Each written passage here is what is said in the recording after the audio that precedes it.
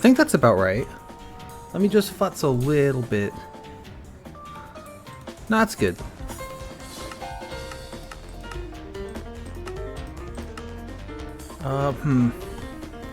Knock this down.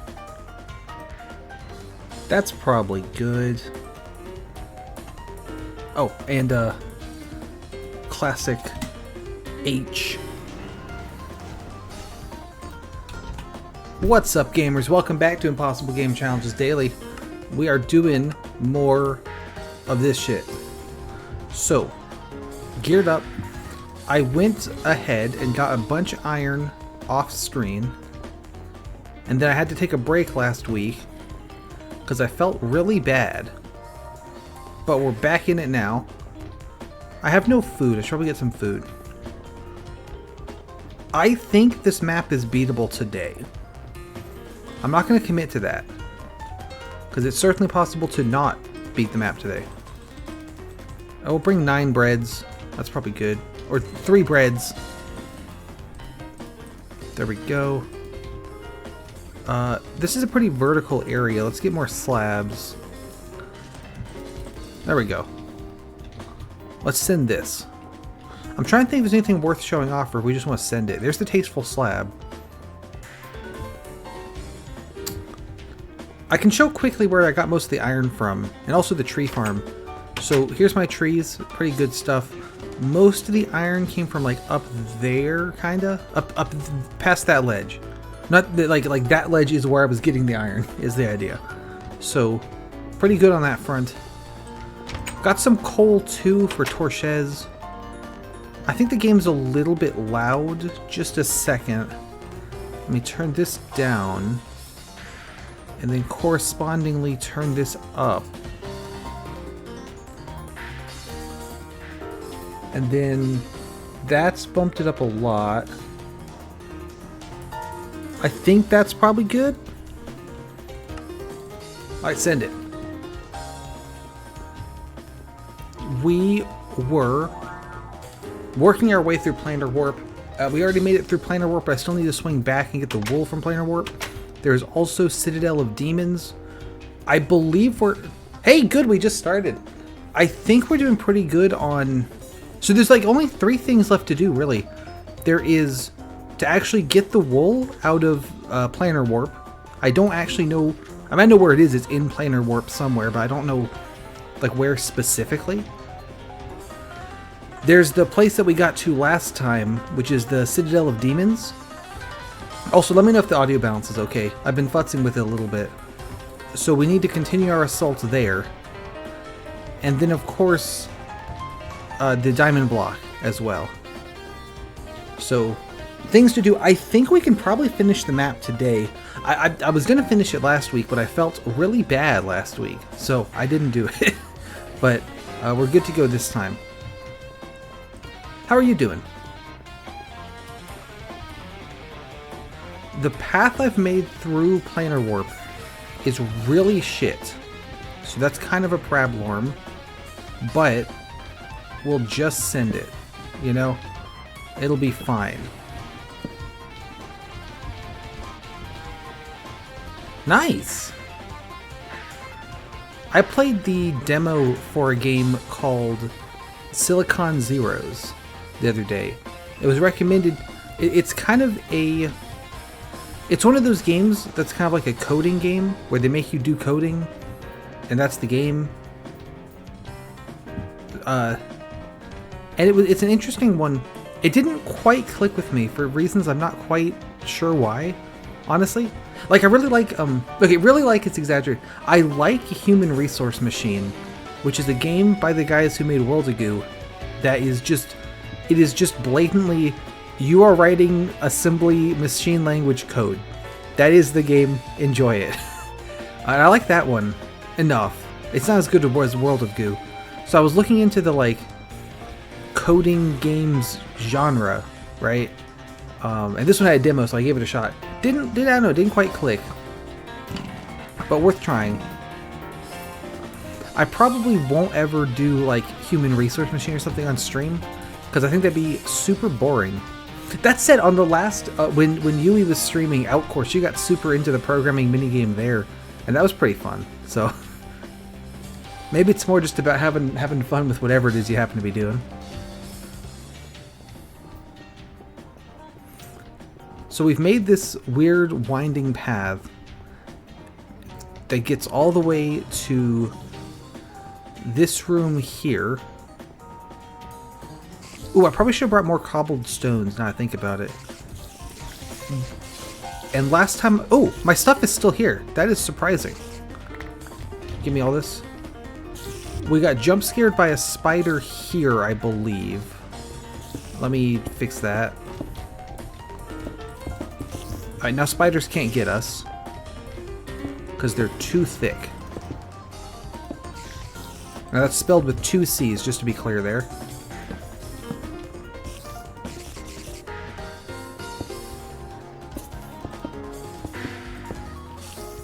I think that should do it. I'm surprised all this stuff was still here. That's... I guess what that is... Because it's certainly been more than 5 minutes, but I think what happened there is that because the chunk wasn't loaded, it wasn't advancing the timer. So I now have like a dozen wooden swords. Works for me. Alright. Let's put this on there. Okay, great. In here, the creeper statue is full of TNT. Which is, you know, certainly concerning. I can reach some of it and just like get it. In previous versions, this would go off as soon as you punch it. Exactly. But there, at some point, it updated. There was an update where TNT doesn't go off when you punch it. And this update was so far in the past, it doesn't matter at all. But such things happen. I don't really have a plan for what to do with it. I'm just collecting it because it's here. I feel like the game is still a little bit loud compared to the music. Let me futz a little bit more. It's loud to me. Give me just a second to futz. I'm going to turn this down. I'm going to turn this up a skosh. And then futz with that. Yeah, I kind of want the music louder than the game because the game's not going to do anything interesting. It's just me breaking block. I'd rather hear Kirby, but I don't want the music too loud. And I want to be able to hear the game still in case I get jump scared by something. So I'm trying to get the balance just right, you know? Thanks for your input. I always appreciate it. Like, I don't really care about being able to hear the sound of me breaking cobblestone, right? That's pretty good. Let's put some torches there. It's not perfect, but it'll do. So, we've made it across this room here. You can kind of see there's like a tunnel right there. So I'm going to head that way. Ah, we found the tunnel. Yep, that's fair. I was actually thinking the same thing. Do you think it's loud compared to the game or compared to my voice? Because I'm noticing when I put it... So on OBS, you probably know OBS, there's like the green zone and the yellow zone and the red zone. And I mostly talk in the yellow or red zone depending on how close I am. So I have the music is topping out the green zone and sometimes kind of popping into the yellow zone. So I can kind of fiddle with that. I would rather air... You know how we were talking about, I think we were talking about this, where like airing in one way is much worse than airing in the other way? Like a false positive is way worse than a false negative or vice versa? I think that was us, I don't remember.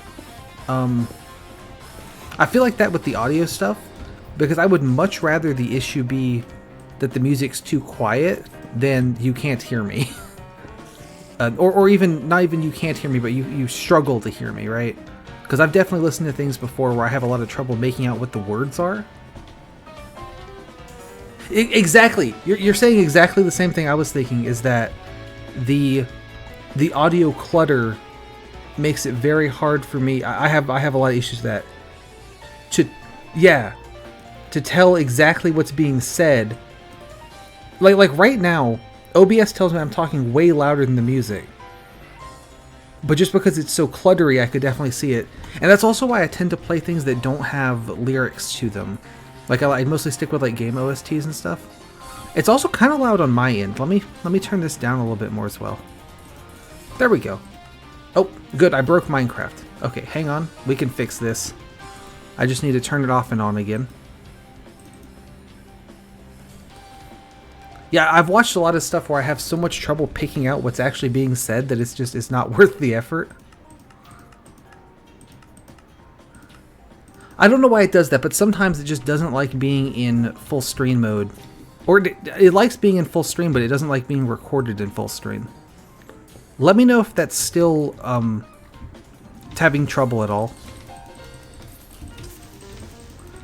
Like I said, as well as like if you wanted to hear like the Kirby Forgotten Land soundtrack, you can always just go look up the Kirby Forgotten Land soundtrack.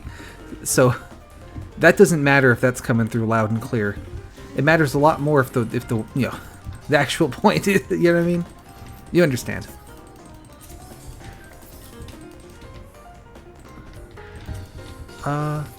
I think I might not quite be far enough yet, given that there's 100,000 creepers. I have so much trouble if I'm ever in a scenario where two people are talking at the same time. I will not understand a single thing that's being said. Ever. Like if someone's trying to talk to me and like the TV's on or something, and so it's playing like sounds of a voice, like it's so Jover at that point. Yeah, no, that bugs the absolute crap out of me, and it's kind of one of those where I feel like either you get it or you really don't get it.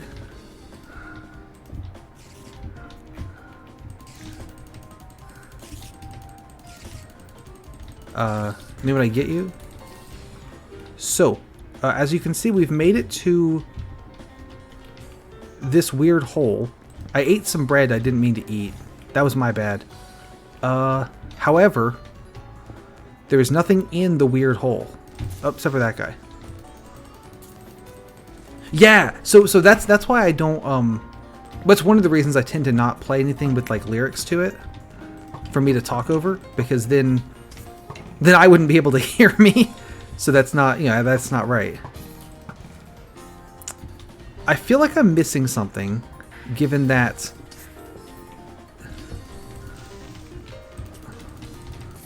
I'm not making any progress of any sort. Let's block that up. So it is possible that I have not gone the right way. It's also possible that I have gone the right way and I'm just kind of dumb. Does it seem okay now? Any issues? I'm going to turn on F3 and try to peek through the walls. Okay, excellent. Thanks for your help with that. I really appreciate it. I'm not seeing anything here. Number 44 and 43. Look at that. 44 and 43 over there. Those are really low numbers. So this is probably a bad idea. But rather than mining down there, I could mine into the creeper hole up here. Yeah, there they are. So we could do that. Let me knock this out. And let's block this way. And then knock this out. Alright, how do things look up here? Oh, they look horrible. Okay, good. But yeah, no, like if you're trying to tell me something and anything else that sounds like words is happening at the same time, I'm not going to hear you.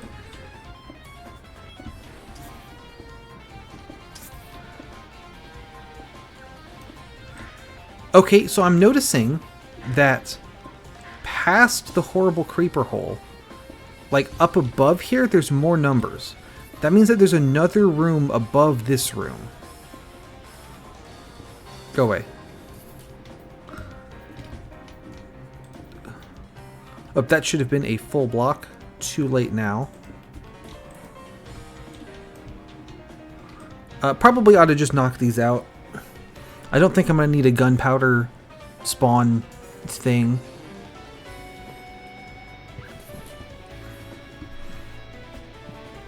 And then I'm going to worm my way up into the ceiling there.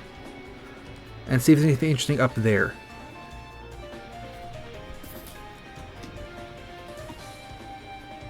I do notice that there's...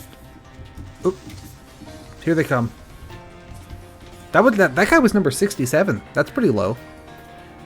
So, there's not any numbers like behind here, like this way. I was thinking that the next bit of the dungeon was this way. So, it seems like I'm wrong on that front. There's definitely something going on up here, though. Yeah, okay, things are definitely popping off up there. So, that's something. How about if I knock these out?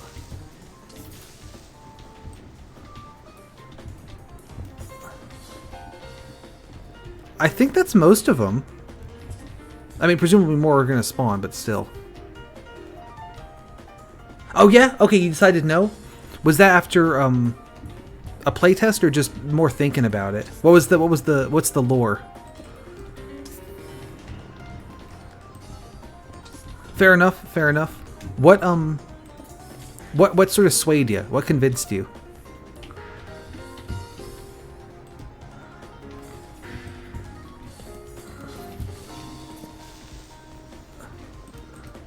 I feel like this is simultaneously the worst idea ever and like not that bad. I don't know. Those guys definitely are... I mean, there's a lot of guys down there. There's quite a number of them. How am I planning to actually get up there on this staircase, though? That's something I didn't think about. I think it'd make more sense... Okay, I know I think this staircase might be a lost cause. Ooh, you know what I could do, though? Actually, now I think about it. If I knock out all these blocks, I can funnel the creepers down through this hole as well.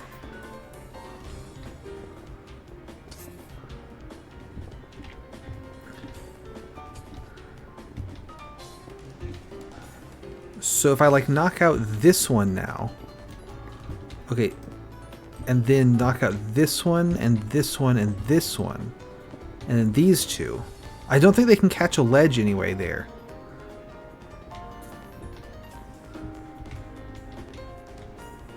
That's fair. I know that was the big issue, was that the actual like gameplay implementation of it was, you know, super boring and super nothing. So I think that's a reasonable reason to be a little bit redundant there. Oh, there's a guy there. Ow.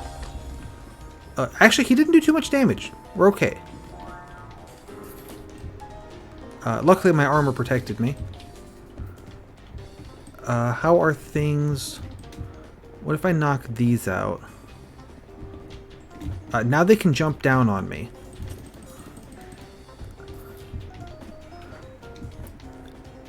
Yeah, that's fair. If you have other things that are like, you know, mostly cover the same niche and are also more fun, then it's kind of like, we're good, you know. We got it. This covers it well enough, right? Okay, so up above is another creeper mega spawner thing. Knock these out. If I fall down that pit, we are in big trouble. That's for sure. Can I reach up there to block it? Not quite. Oh, hello. And he's gone. I'm trying to... What's a way to approach this? You know what I mean? I could book it up these stairs, but that's not a great idea.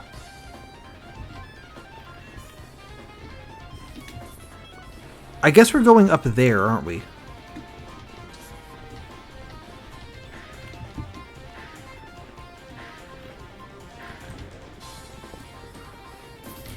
Oh, hello.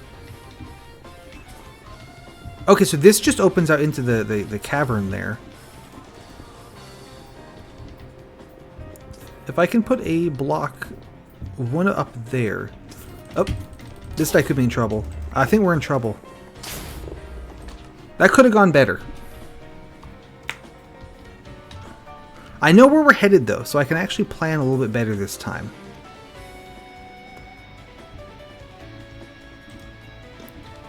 Wood is going to be something we need. How are we for tools? I already have 2. Nice. Bummer to lose the torches. Everything else is fine.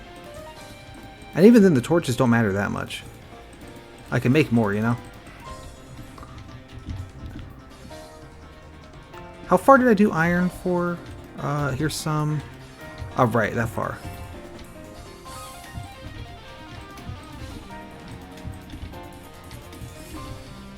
Why are there sticks on the floor? I guess I just put those there.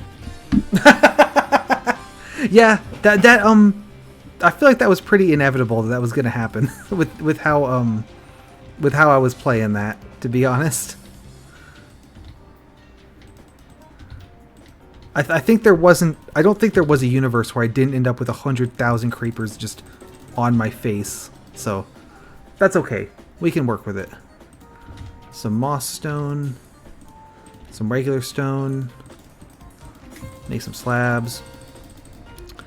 I'm going to try again, but better is the plan. Do I still have 1,000 swords? Ooh, I don't. Cool.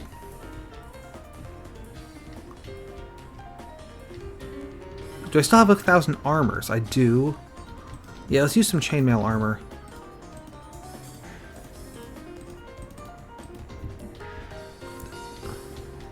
So, the plan is this time that I want to dig an alternate route that isn't that route, because that one sucked, sort of around the back, and worm up into...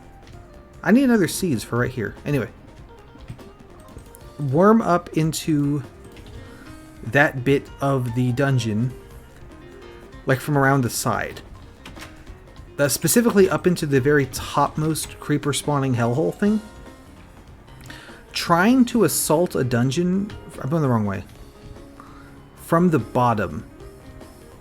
This is always kind of a bad idea, because you know the mobs are spawning above you, so it's hard. So they can drop in on you, but you can't drop in on them, right?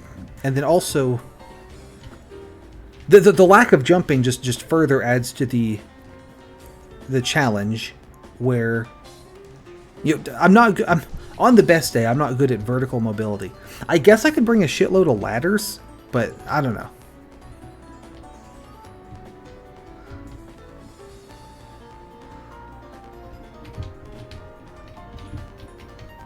I always feel kind of like I'm cheesing things when I just dig all the way around a dungeon, but at the same time, I don't see if you're supposed to do it otherwise sometimes. I think all that stuff we had is going to be a lost cause. I don't think there's any way of getting all that back from the creeper hellhole, so that's all gone, but that's fine.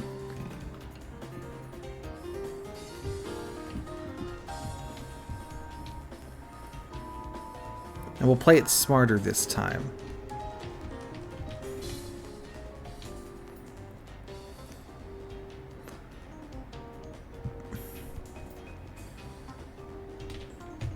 Nope, this way. My path through planar warp is still not particularly good, but it's like just good enough.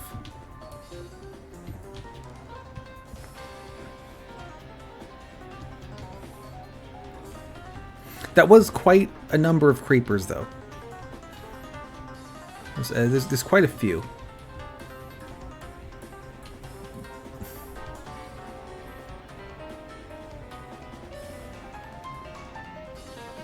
And then down this way.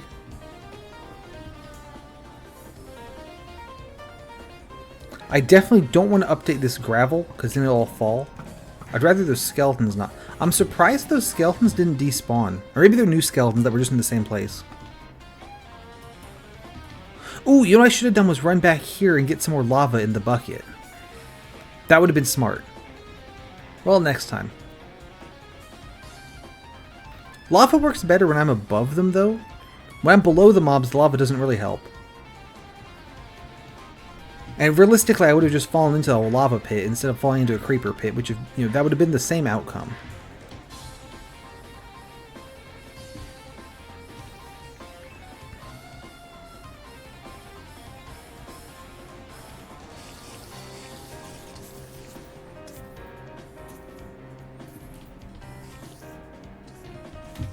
Yeah, that's all gone, I think. I don't think we're getting any of that back. So, that's okay. Let me block this off. Get this back. There we go. So I'm just that doesn't exist anymore. And I'm going to go up and over some roots.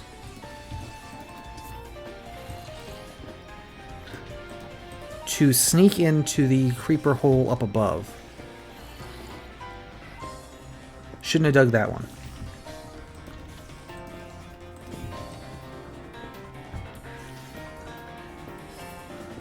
Then here and here.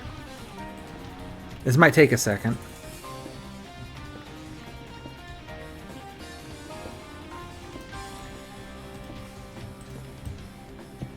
I don't think this is going to be high enough yet. I'm just kind of doubling back so I don't lose my place too much. I'm not familiar with that. What's that like? I'm familiar with Pokemon Showdown. It's not like that, is it?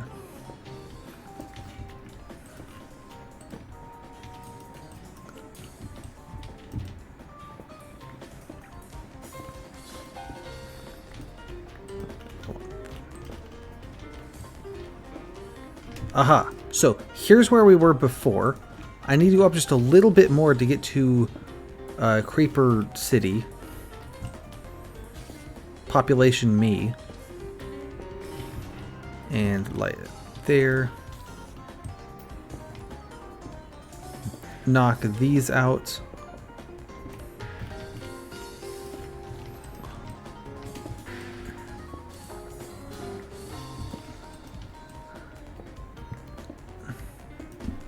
Oh! Neat.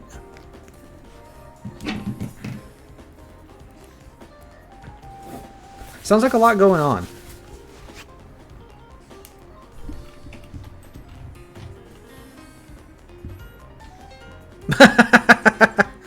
Yeah, sure, why not, right? That is some comical engineering. I like video game engineering, it's fun. Where it's like, yeah, sure, that works, whatever.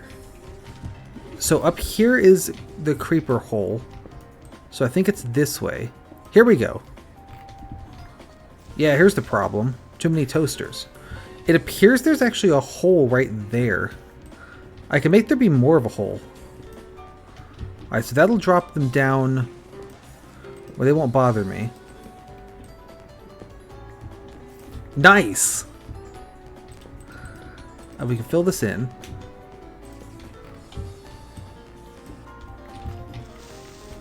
I mean, fair enough, right? If it's that well engineered, right? It ought to do some damage. Let me plug the holes. That's what happened to Achilles, I believe. Is he got shot in the ankle by a fucking shotgun crossbow.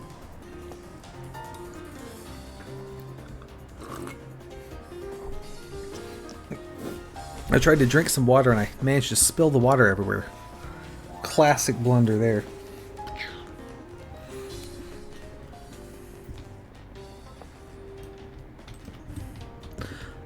I probably don't need to bother knocking out these spawners now that I've got the room like closed off, but I'm going to anyway. So, there.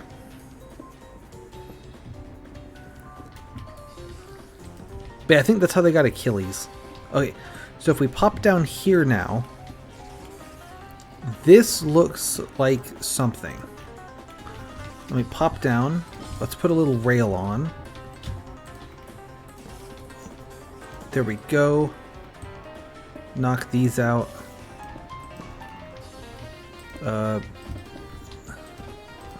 So that'll keep me from falling off like an idiot. And then knock these out so I can actually make it through this little hallway. There we go, looking good. Presumably, need to break this gravel. What mysteries lie behind the gravel? There is more gravel than I expected. Let's use torches.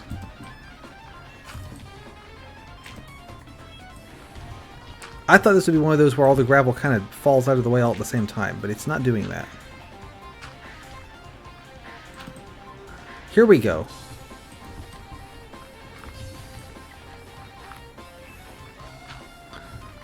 We've made our way into another big frickin' room. This one's important though, because yeah, now we're talking.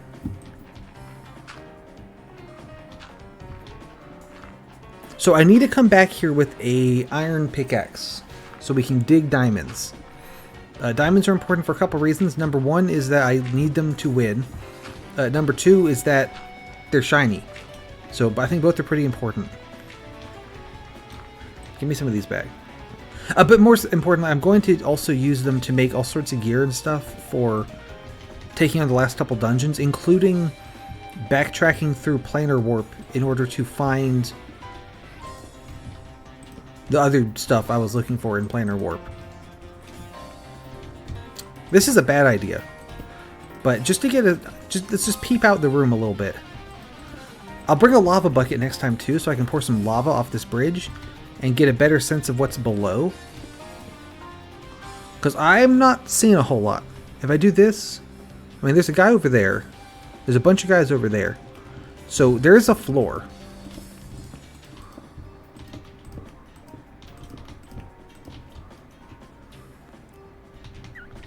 Ooh, there's some diamonds up here too. Let me try to slap a torch up there. There we go. Swap in my other slabs. Ooh, we've lit up some more over here as well.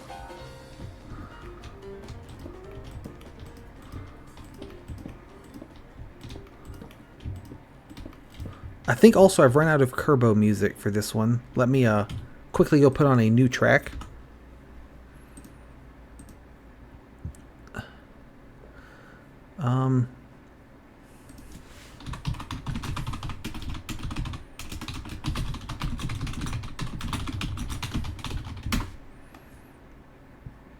Yeah, you'll do.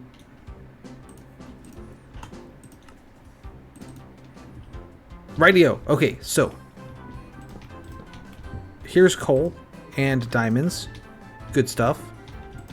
The coal actually is pretty useful to make torches with.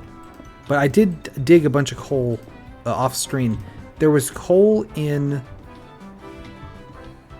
the deep dark dungeon or whatever it was called. Twisting Dark. That's what it was called. And I dug a bunch of coal out of Twisting Dark. And I also got a bunch of coal out of Starlight Cavern. So we should be good on torches for probably ever. Ow.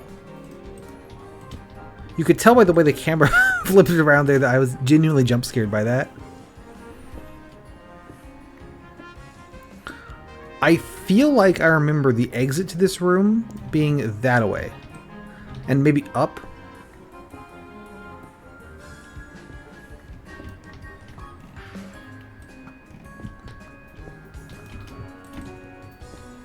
So I'm going to burn this stone pickaxe on sort of landscaping, so I can come back in with the diamond with the iron pickaxe.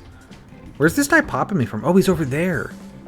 What a shot! Wow, that's incredible. So I'll be ready to come in with the iron pickaxe and just go to town.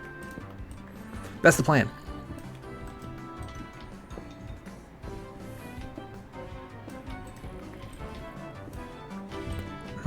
Here, I don't think this is far enough over to be anything yet. Out of torches, though. Let's check up here. I don't think there's anything up here. I think this is just like a bit of the wall.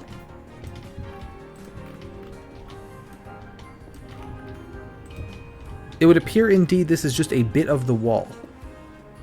You'll love to see it.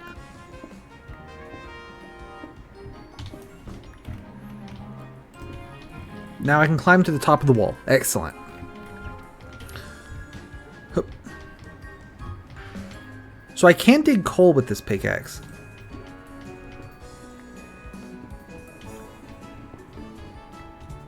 As long as the skeleton doesn't shoot me off the bridge.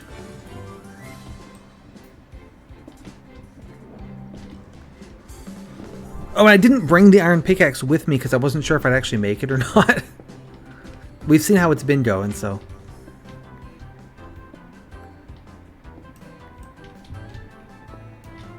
Alright, coal, aqua, aired. Let's double up this bridge. When I run through here with the diamonds, I don't want to just like fall off. That would be pretty shit. Give me that back though. I'm trying to think if I played anything else recently, but I think it was mostly just the Silicon Zeros demo.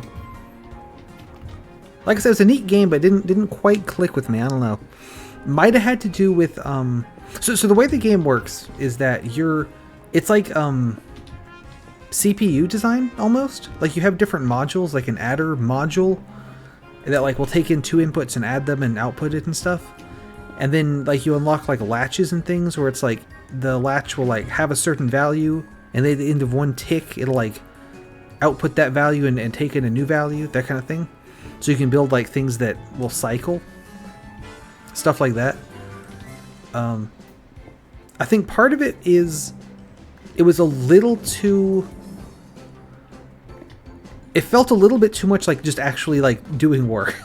Like I don't work in processor design, but the reason is because I don't enjoy processor design, right? So that was a little bit of a miss. And one that did bug me, but might have only been because I read reviews of it complaining about it, was that like in one puzzle, right, you would get to like you would unlock the adder module, right? And the puzzle would be like, you know, place adders in such a way that you get a 5 in one, something like that, right? But then like in the next level, it'd be like, okay, you have 1 adder module and you can't put more. Do this thing, right? Or like the next one would be like, okay, you know, you only have adders. We got rid of the number module. Let's just put in a number, or this kind of thing. And so a lot of the puzzles would give you stuff, and then the next one would take it away again. And it felt very weird, because it's not like I'm learning to use these things. It's like, which things have you given me this time to use? Ow.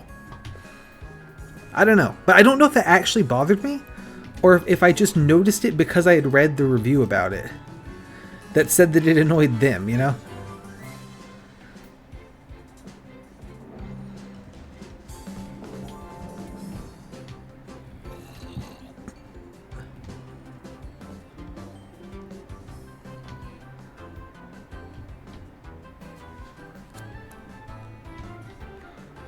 So, I gotta walk this whole way back. What do I want to pick up while I'm back at the base? I'm gonna grab more slabs, I think. I'm going to... Where am I? I guess I want to go this way. That was a little dangerous. Probably a bucket. I will grab a lava bucket. We want to go this way. A couple of iron pickaxes, bunch of torches. I'll keep all this cobblestone. That's probably useful. That should be good, right? Maybe another sword. Armor's doing okay. Probably another bread, maybe?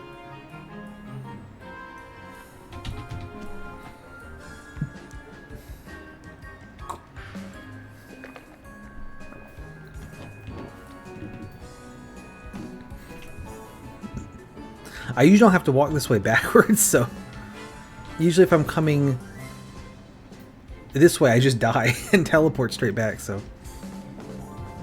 Kind of a hike. Oh, there's a crap ton of mushrooms over there. Can I get some of those? I don't need them, though.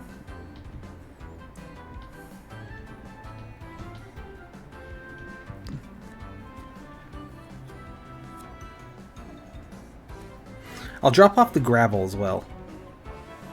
Don't need it at the moment. It'll disappoint the gravel gang, but we have to do it. Here's the slab. Alright. Just checking if anything had grown so I could just use the seeds from that. Doesn't seem like the case. We're probably too far away to have that area loaded. Luckily I have a boatload of seeds, so it doesn't matter.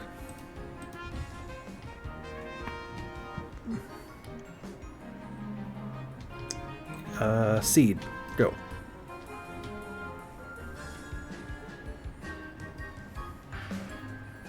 Okay, let's see.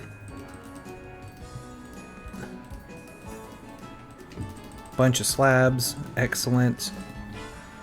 I'll keep all the cobblestone as well. We might need it for traversal. This one needs more coal. Oh, actually 8 is good, perfect to have left over, and put that in there. You come here.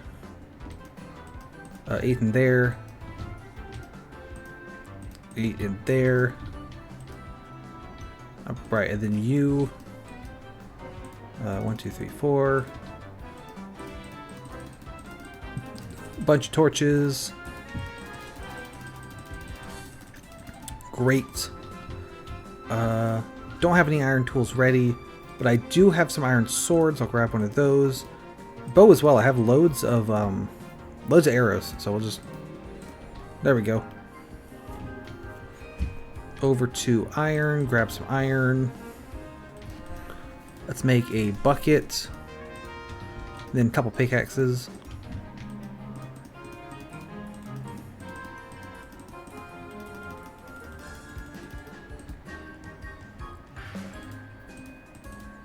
Probably don't need all of these for this trip. Iron lasts pretty a while, so I'm going to store 2 of those in case I die. We will have more ready to go. Alright, let's go get diamonds. We're diamond out. First, let me get lava. Lava acquired. I'm trying to think if I have anything else to talk about. I was a little bummed I couldn't do this last week. Like I said, I wasn't feeling up to it. But tomorrow I can talk about that. So tomorrow I have on the schedule as like Flash Game Special or something like that. So what I want to do there is Yui requested me to play a particular game and do like a blind speedrun of it, which I'm going to be god awful at, but I'll give it a go. So we're gonna do that. But also I learned about, so apparently it's only gonna take like 20 minutes, so that's not gonna be the whole thing. So there's another game I found out about called Tile Factory that is apparently like a very budget Flash version of like Infinifactory or something like that. So I'm really interested in trying that out. So I think tomorrow we're gonna do like Tile Factory for like half an hour to like, you know, give people time to join. And then we'll do a really, really scuffed blind speedrun of a Flash game. And then we'll go back and do more Tile Factory. Unless I hate Tile Factory, then we won't do that. Nearly walked off that ledge, but stopped just in time. Let me switch that over into my other slot there. In case I need to mine any stone, use this. At least until it breaks.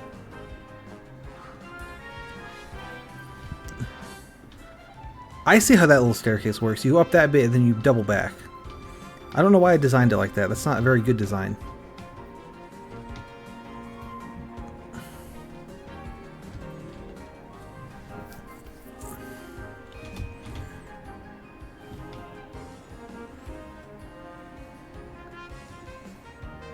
I don't like that I bang my head on these stairs, but I'm also too lazy to fix it. Which makes me part of the problem, really. Oh, did I remember? I did set the title and category to Minecraft, right? Yeah, see, that guy can just get over my barrier, so we're just gonna book it.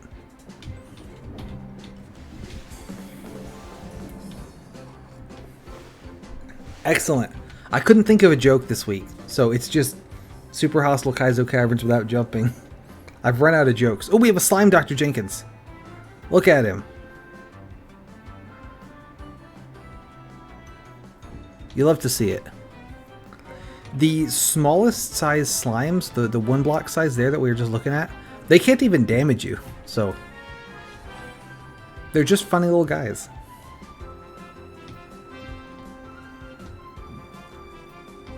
Swing through here.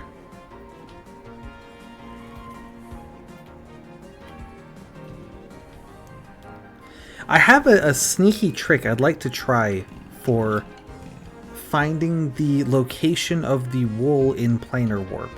I don't know if it's going to work. If it doesn't work, I could always use the even sneakier trick of, like, look it up on Google. But I'm going to try something clever first.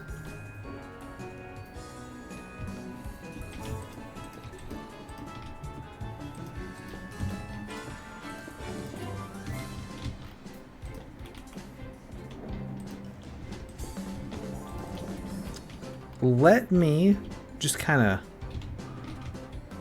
Let's pour this, like, here for now. Oh, tell me about it. That's exciting news.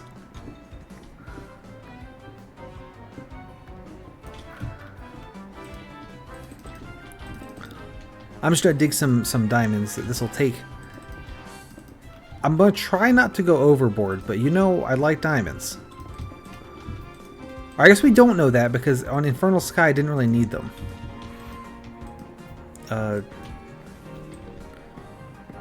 There. Okay, yep, so Motion Sense is the one that you can't tilt it too much. Quiz is the annoying one where you have to, like, answer the questions. Remind me, Capacitor? I know Crazy Talk is the one where there's all the... Crazy Talk is the one where it has all the words. Or am I thinking of Who's on First? Are Who's on First and Crazy Talk real similar? Where they're both like, there's a bunch of words and you have to say the words, but all the words are bomb related? Ah, gotcha. So it's like the Capacitor's like a kind of busy work thing. Because I'm thinking that there's at least a couple where there's a bunch of words that you need to convey to the other party, but all of the words are related to bomb things, or they'll be like, yes, correct, or they'll be like blank.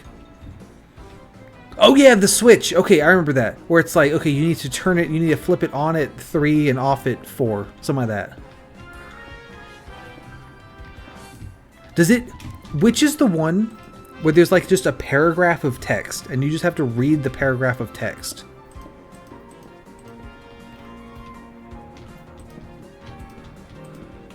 And like sort of a green console window looking kind of thing?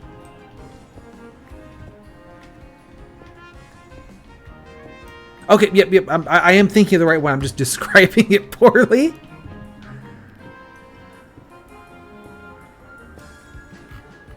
I guess I described it well enough. You knew what I was trying to get at. Does it often do things like where it's like gives you like words related to things you might say part of solving it? Or is that just Crazy Talk that does? Is that just Who's on First that does that? 42 is pretty good. But we can do more good.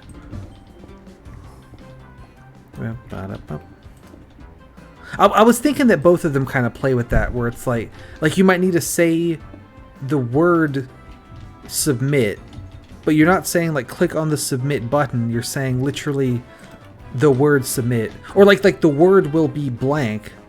No, that's the buttons, right? That's the funny buttons where it's like it might be there's no text on the button, or it might be like the button says the word blank, that kind of thing.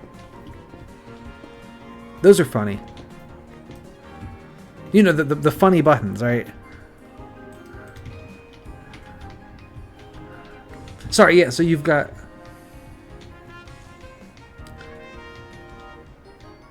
Yeah. Where all the words are to fuck with your attempt of not getting fucked up by the words, right?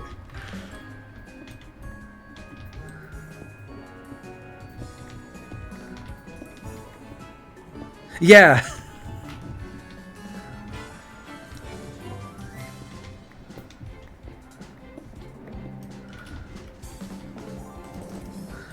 knock that out. Torches up here. Sorry, so back to what you're saying. You've got, let me, I don't like that noise I just made. Core of capacitor quiz motion sense. Shapeshift and crazy talk. Shapeshift sounds familiar.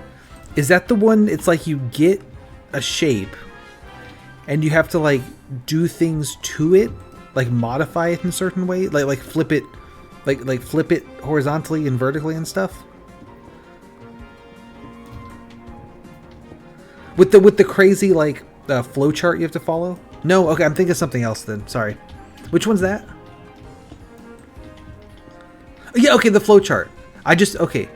I was halfway right. I had the flow chart, but I had a completely different mechanic associated with the flow chart. I remember the flow chart though, because like God help you with that thing.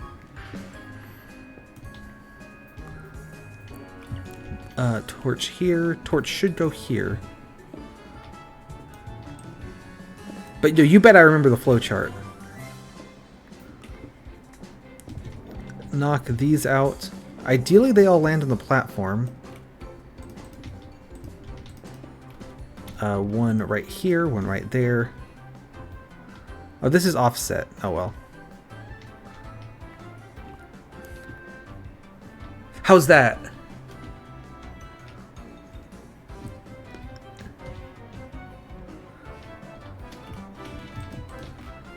Because it seemed like you two had a pretty solved strategy for dealing with all the words that are trying to make you say things that will confuse the other person. It seemed like you were dealing with them very effectively.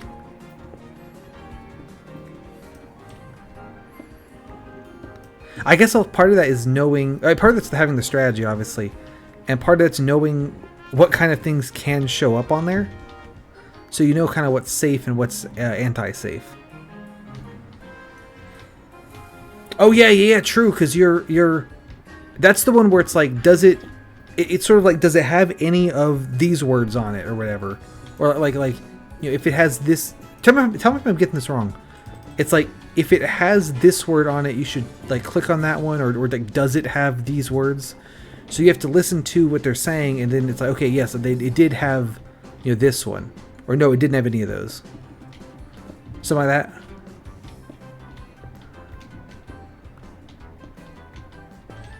Oh, gotcha. Yeah. So that's also rough in a different way. Okay, cool. I'm in the ballpark. Yeah, because if you're not looking at that thing to get the answer, or to get the query that you're querying, then you eat the time penalty. But you kind of have to keep looking away from it because you got all this other shit that you're dealing with at the same time, right? That is funny.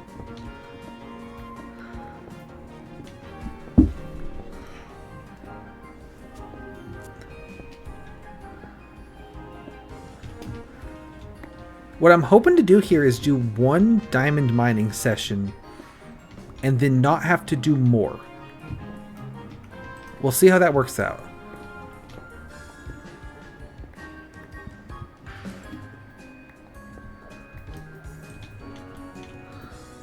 I want to get enough here.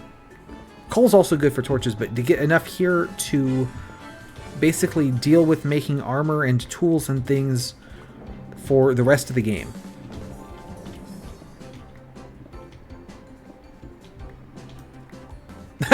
Yeah, honestly, right? Because it's one thing to go like, I can throw together every difficult piece and make something that's really difficult, but it's way funnier to go, I can throw together a bunch of things that aren't that bad on their own, but you put them together and it's really difficult, right? I respect that for sure. Because like anyone can just throw together a bunch of like really hard things and make something that's really difficult, you know? But it takes a certain finesse to throw together a bunch of things.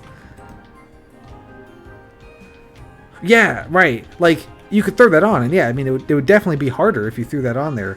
But that's mostly because it is, you know, difficult on its own, right? What you're doing is adding your own, like, the difficulty is not just these are hard, but it's coming from they're hard to do together.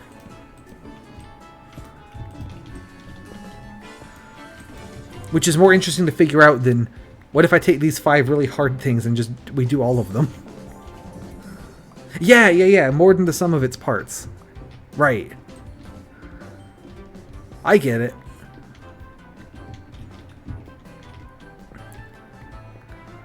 That's kind of the same kind of like combo potential that is exciting in things like I don't know, like trading card games or digital trading card games, where it's like, okay, I have these two cards, right?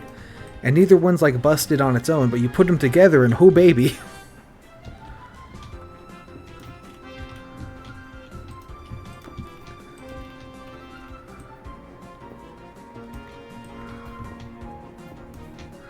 Let's see. We're probably good on coal. I have a lot of coal.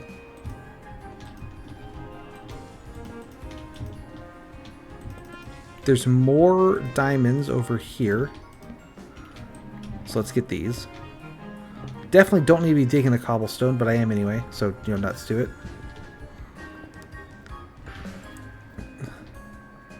And that's always fun too, finding those the combos, right? That really just power play to both things. My brother and I were talking about this the other day. It's like, if you're playing a game, at least for us, right? That's true too. When you have like a friend ready to test it out for you, that's like a bonus part of the fun, is you can make the friend have to play it. I absolutely respect that. My brother and I were talking about this the other day, where it's like, if we're playing the game or whatever, and come up like on your own, right, with a strategy that's like, oh wow, this strategy is insanely good, right? Like, oh, this unit is really busted, right? This card is really busted, whatever. That's super fun because like you figured it out. But if it's the kind of thing where it's like you look up online and someone online's like, oh yeah, this card's really busted, you should probably use that one. Like that's not really very fun, right? Like, it's like, oh okay, I guess I'll use this one because you told me to. But figuring it out is way more fun than just doing it most of the time. Than just applying it, I guess. Let's get this. Up and over here. Drop down. Torch there. Oh.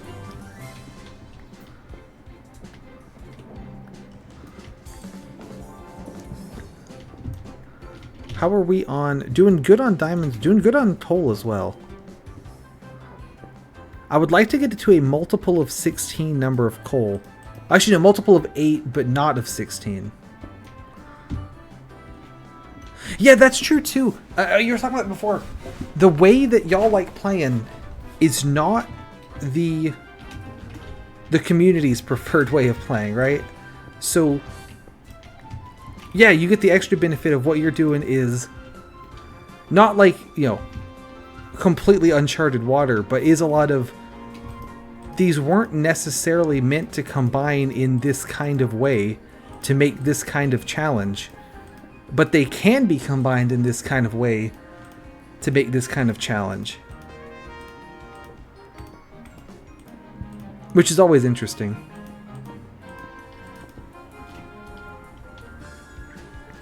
So I did that. I added this extra little strip so that I can dig out this diamond safely. Gimme.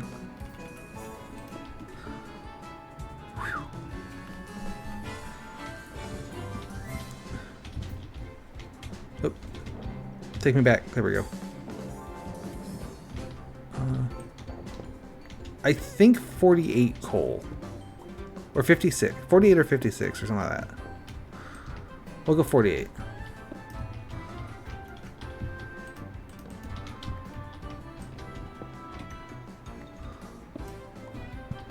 Can I reach this one? Yes, I can. Very nice. Yeah, I bet so. There's always... I think that my biggest problem with game design is that it takes way too long and it's really hard. So, yeah, it's a fun... it's fun to get to do that kind of thing, especially in a sense where it's not building something ground up from scratch with nothing to work from at all, right? Like that's a tall task. What I'm doing now is pushing this way just a hair. I don't want to get greedy here and lose my diamonds because that would be pretty shit. But over this way, I think the exit to this room is this way. I could be way off. Let's use the F3 trick. So we're seeing guys down there. Ooh, the exit might be lower than where I am now, actually. A lot of guys down here. Let me grab the bucket of lava. We can use the lava to sort of light up below and scout the scout what we're looking at. Right here, not a whole lot, just a diamond pillar. Up here, though, if I go ahead just like do that, what does this tell us?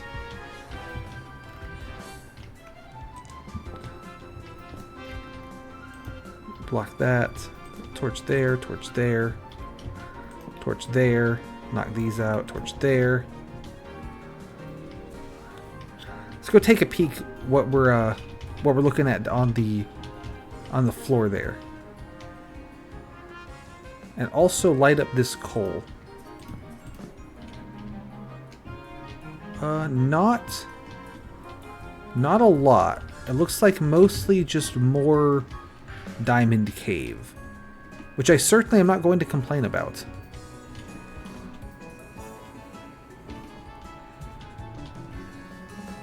And get some of these.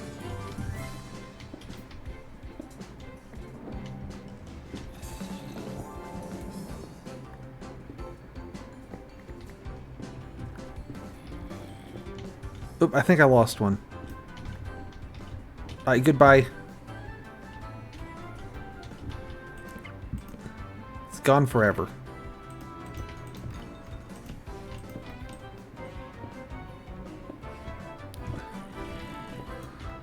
Got that one. Let me turn off F3. I don't need it right now. Oh, hi, what's up?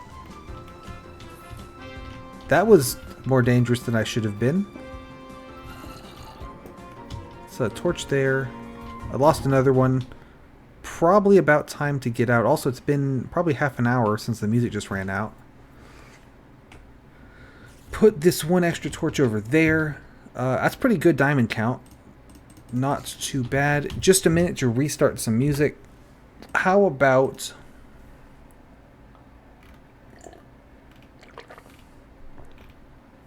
That'll do.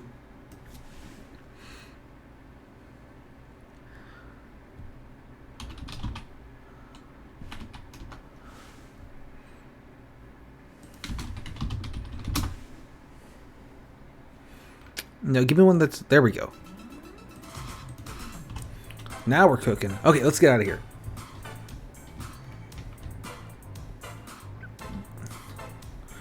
So I have a sneaky scheme that I would like to try in order to find the wool in planar warp. I do not know if it will work, but I like the idea a lot. You know how sometimes when the trees grow right next to the wall, you can kind of see through the leaves and then see through the world? I'm going to try to do that on purpose to get a peek at planar warp and figure out where the important bits are. Lava me up. There we go. That's what I should have been doing the first time. I might not have died.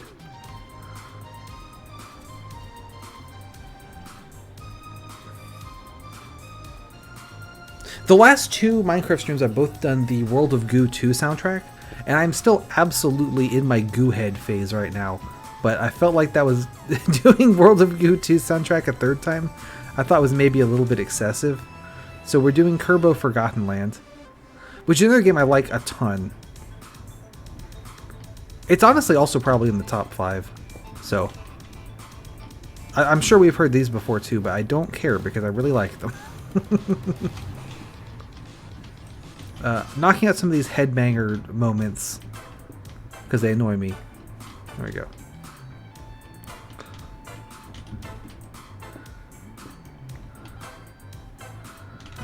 And you, and you, and you, and you, and you. I think these are also headbanger moments. 1, 2, 3, 4.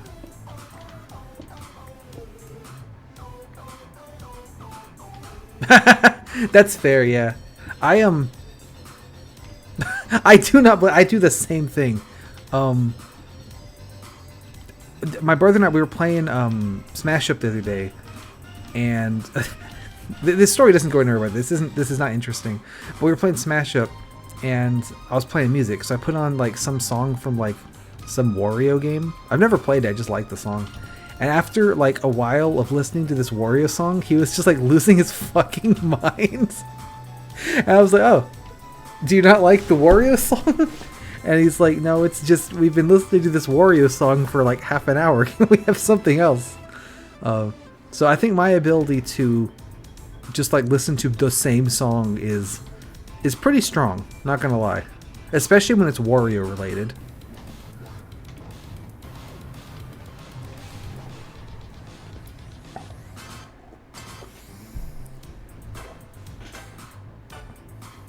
So the point is, I respect it.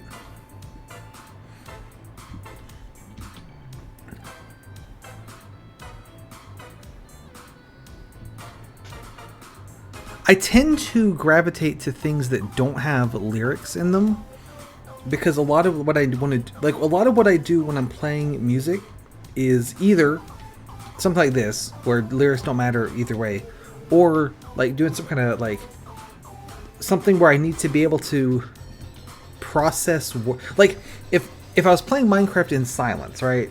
Lyrics or not doesn't matter at all. But trying to talk over them, it would definitely give me trouble if I was talking over words being said. So no lyrics is the way to go. Speaking of things that are the way to go, Wabamo, Diamond Block. We can slam that in there. 2 more to go.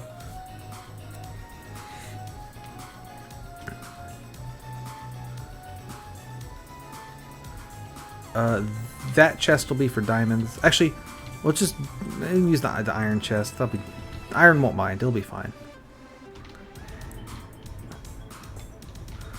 64, 64, 64. I don't have a coal chest because it just goes in the furnaces. There we go.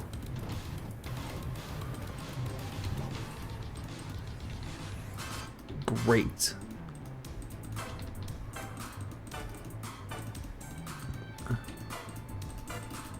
There we go, and then put away some bones. Actually, keep the bones. Yeah, that's true too. I would like it to be loud enough to be audible. Because the other issue is that if the music's not audible at all, then this will be 2 hours of me talking in silence, which is also, I think, a little bit hard to listen to. But I think the worst case by quite a bit is the opposite case, where it's 2 hours of being unable to hear me entirely because the music's too loud. So yeah, we make it work. Let's get more torches. Actually, planar warp's like kind of a bitch of an area. Let's get more torches.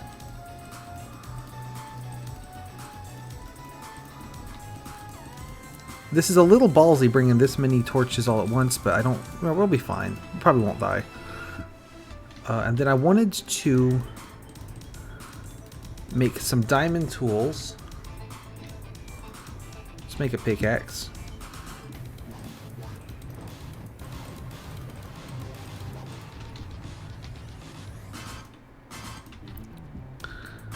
We'll throw that in here. I'll take out an iron one. Those can just go there.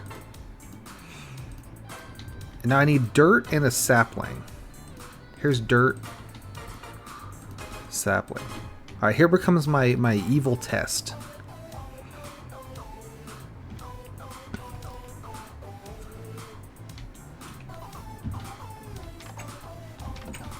So, like I said, what I would like to try is using the tree growing tech to see if I can use that to see through a wall. I don't know if this is going to work.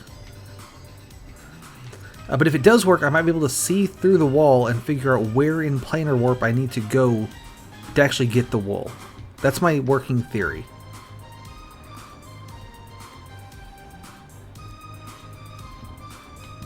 This could also just be I dig a giant box out and then for no reason, so. Fun times had by all.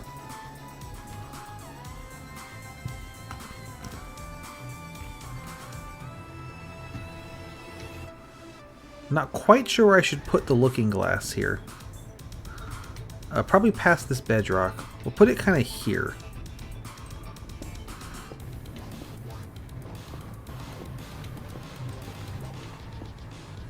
Ooh. John Super Hostile may have outsmarted me.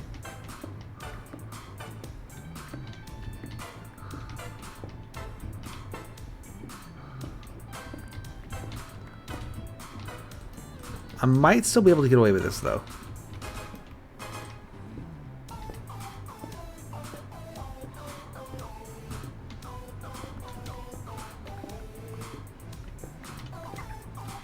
So if I knock all this out, that's where the tree is going to go.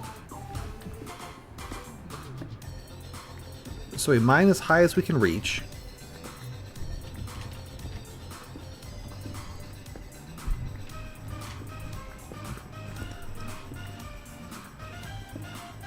This also could be a case where the idea works, but I execute it poorly. So if that's the case, I can go get more dirt and more trees.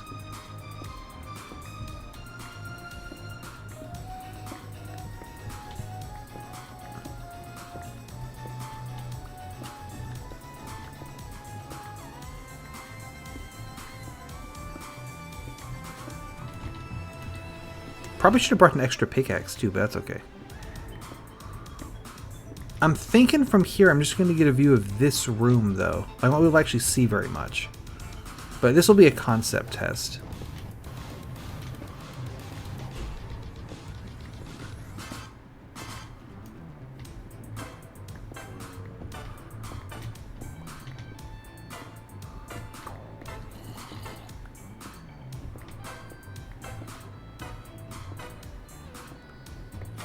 So I think that's 4 by 5. Yeah, so I need to knock out these as well. I'll probably actually do the right height though, that would help.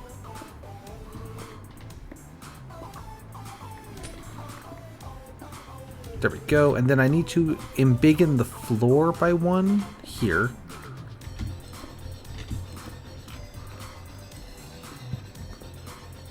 Because I think, if I remember right, the tree height is 1 higher than what I can reach standing on the floor.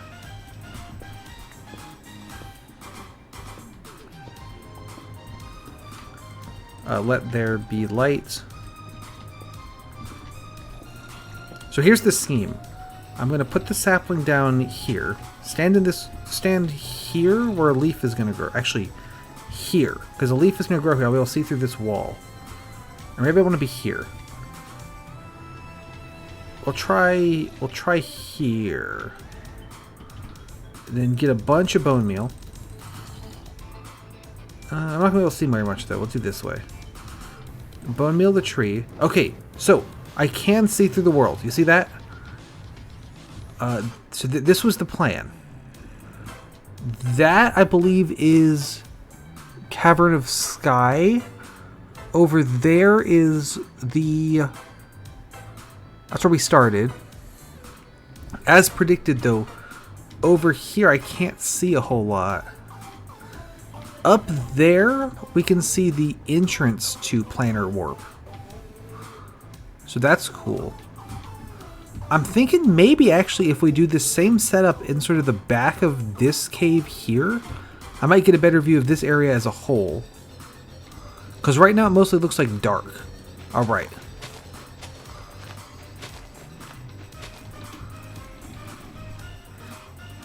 The plan worked. I just didn't quite put it in the right spot. But you see the idea. There's also the concern that it's possible there's nothing to actually indicate where the chest is with the wool in it in Planar Warp.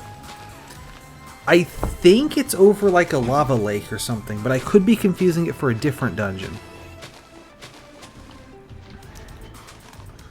But since this map doesn't use the wool boxes, it can be a little hard to tell actually what I'm looking for.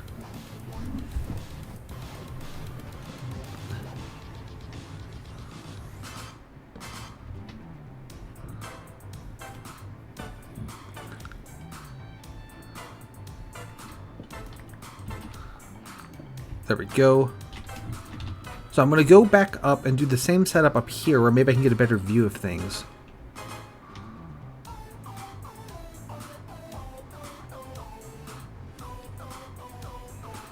I'm thinking actually we go all the way up. And get really like top-down kind of angle on this situation. Ooh. That said, my top-down ability wasn't great, was it? So maybe like right here is the play.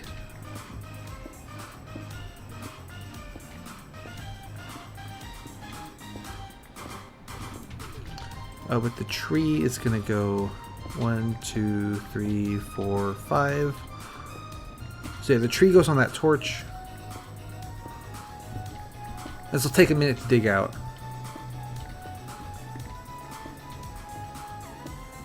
But we've proven the concept.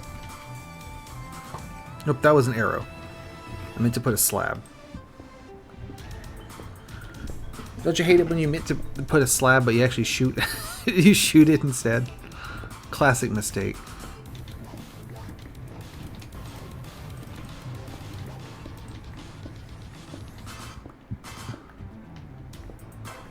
Probably should have brought more pickaxes. Can always go get more though. Oh, through my pickaxe. Probably shouldn't do that.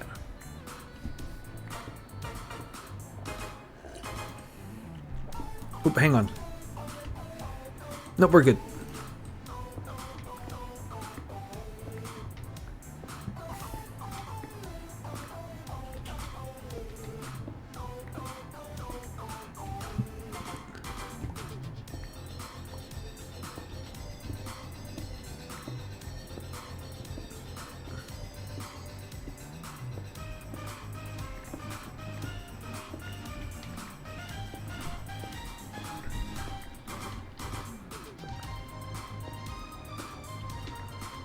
As I've said, if this fails, there's always the backup plan to just look up the coordinates of the wool, but that's really lame. So I'd rather not do that if I can do something that's not that instead. That said, I certainly don't feel like romping all over the dang place to find it.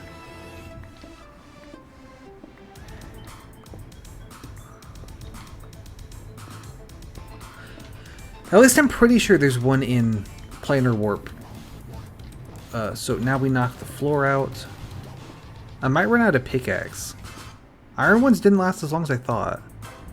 Although I did dig out 2 giant tree holes, so, you know.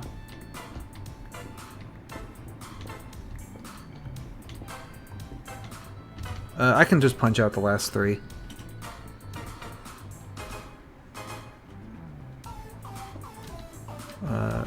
Yeah, that'll. I think punching them out's gonna be faster than running back and getting a new pickaxe. So we'll just do this.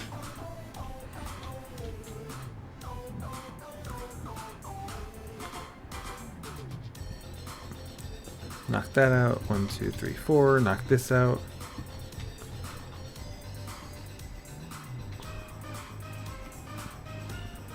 Dirt.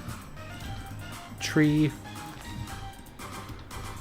Position myself appropriately. Oh, right, what are we seeing?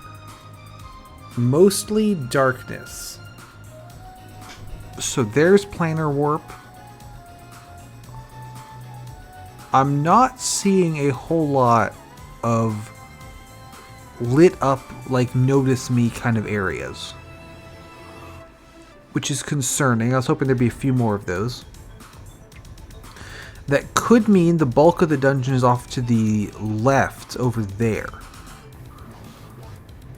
Or it could mean that it's just not going to It's just not lit up where the wool is. I might try the tree thing one more time over there and see if I can get a better scope on it, but it might be worth at this point. I'm afraid I can no longer see the bit on the left. I think the part you're talking about, there was over to the left side was the part I've explored that takes us to Citadel of Demons, and the part on the right side at the top was the actual real entrance to the dungeon. What bit were you seeing?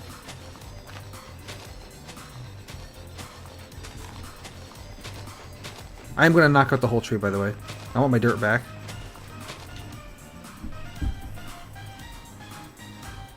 Dark bit past what you've got lit up on the left. I mean, that sounds like where we want to go.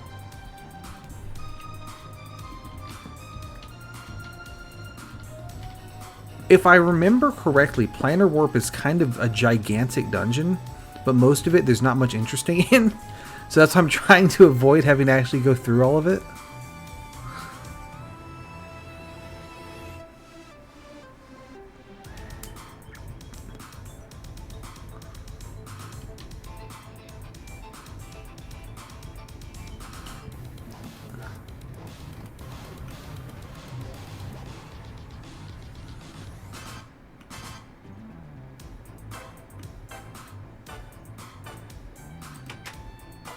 Oh, my trees have grown. Nice. Let me put this stuff away for now. We'll do it the old-fashioned way a little bit. I think we're heading off to the left, like you said. Sort of around and past where I've already lit up. More cobbled stones up there. We'll keep all these. Keep all that. Keep all the torches. Get rid of the dirt. Or the wood. Or the glowstone and saplings and bone meal. New pickaxes.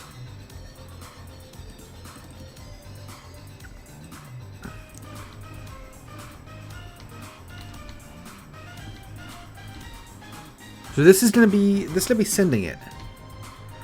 Let's get some more food. Once again, not enough seeds to go around. That's okay, there we go.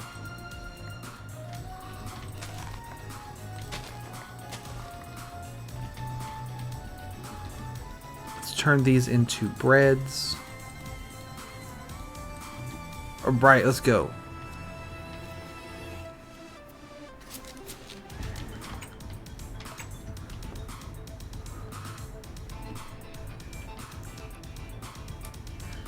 It could be as simple as the wool being just sort of at the end of Planar Warp. So I'll quickly look there. But I think it's sort of more in the middle of Planar Warp. Because the end of Planar Warp, the reward is Citadel of Demons. Hell of a reward, right? There we go. So I think that's what we're looking at. And it's somewhere in the middle.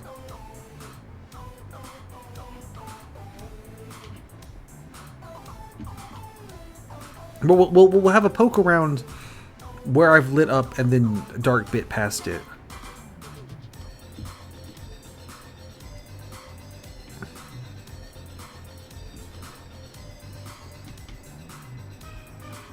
So obviously the dungeon continues in this direction and in this direction. I'm going to go this way. We have this mess here.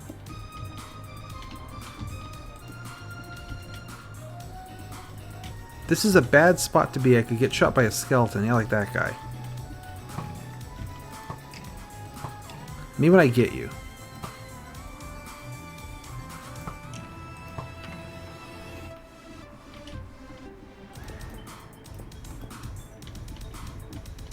Ah, and then also, there's nothing preventing guys from just jumping over there. Another guy. Let me just do this.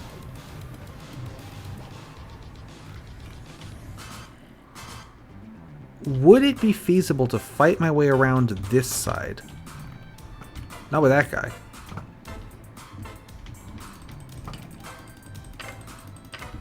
There. Take that.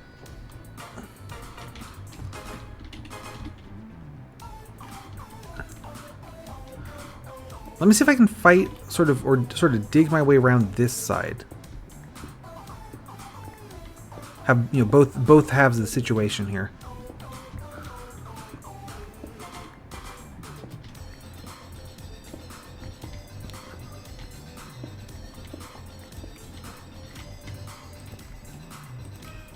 There's also, I think this dungeon's big enough that some of it was not in my render distance. So we couldn't see the whole thing. Hey, what's up?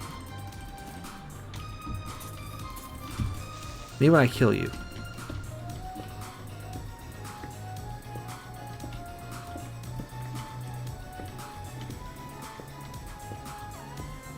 Chew through here.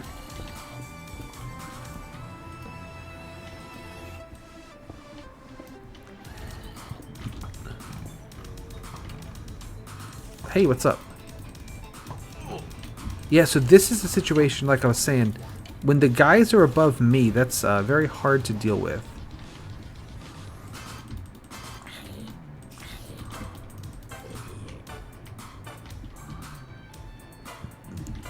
And as you can see, they're certainly above me.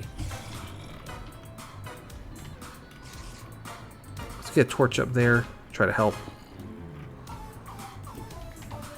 Oh, spider. Creeper as well.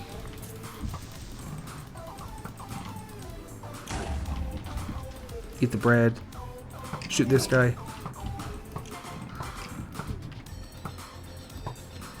There we go, got him. Fill this in. There is a place up here that I have been already. Oh, I fell through the floor. Okay.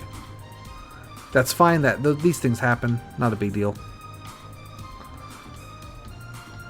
So I've been over here.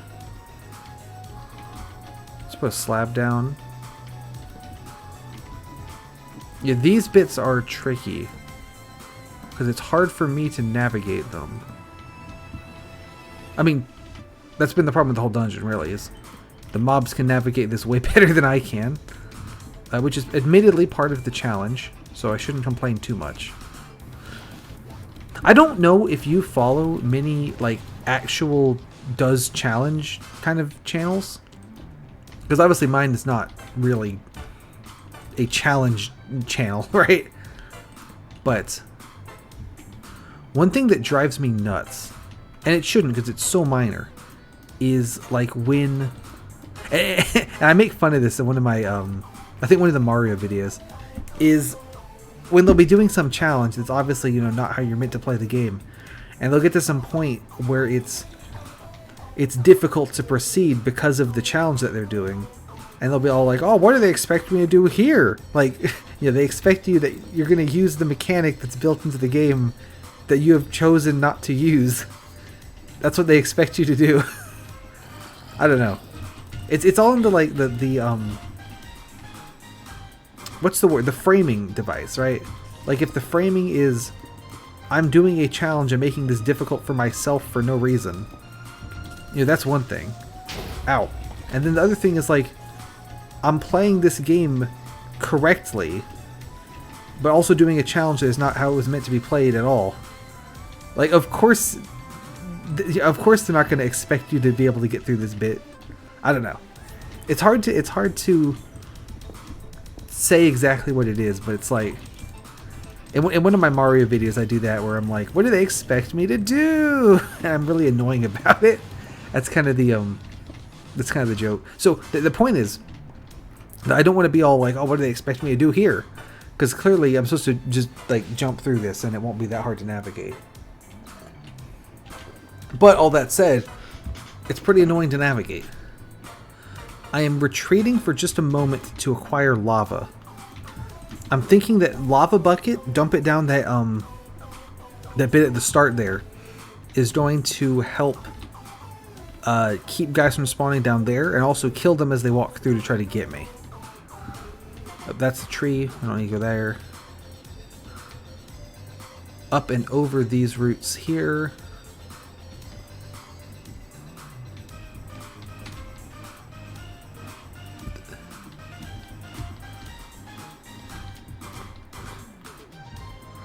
And I happen to know that there is some lava over there because I fell in it and died. We remember this. Good times. Come here. Oh, and I can light this up here.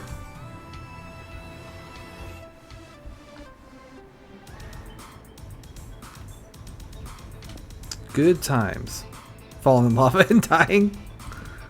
Some things never change.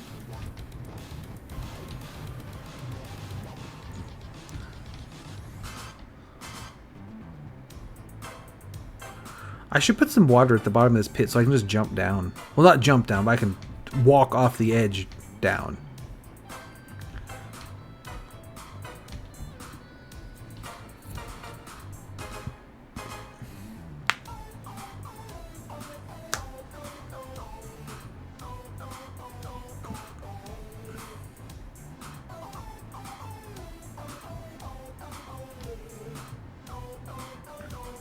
This here, guys coming through here are driving me nuts, so I'm just going to a little bit of that right there. Let's block this in. Sick.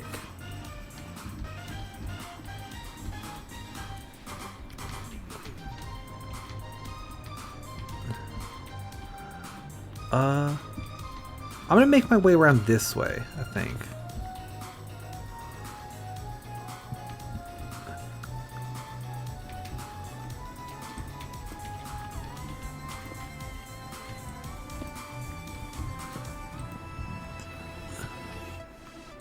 I guess I don't need a slab here, do I? Just be a block.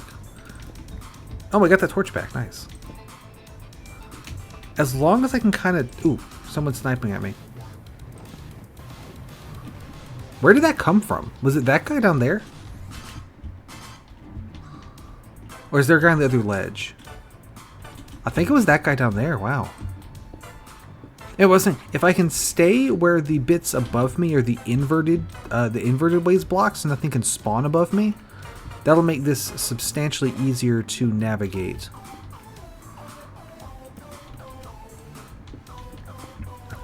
Or I'm not getting drop kicked by guys every second. And starting sort of at the top like this should reduce spawns that want to jump down on me. So I think that'll help as well.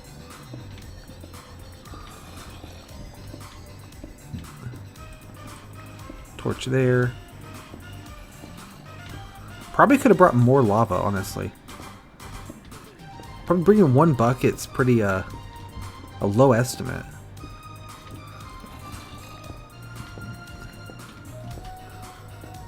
Alright, there's a guy right through this wall. I'm gonna just dig to him. Sick. I've been over there. Oh yeah, that was where I was just having all that mess. We're out of music again. Ah, here I go. It was a skeleton. What a shot from that skeleton. Oh, you can cut it out. Now you're in my territory, around a corner. Good luck, idiot. Give me just a second. I'm going to go to the bathroom, put on new music, and then we will keep doing whatever the fuck I'm doing.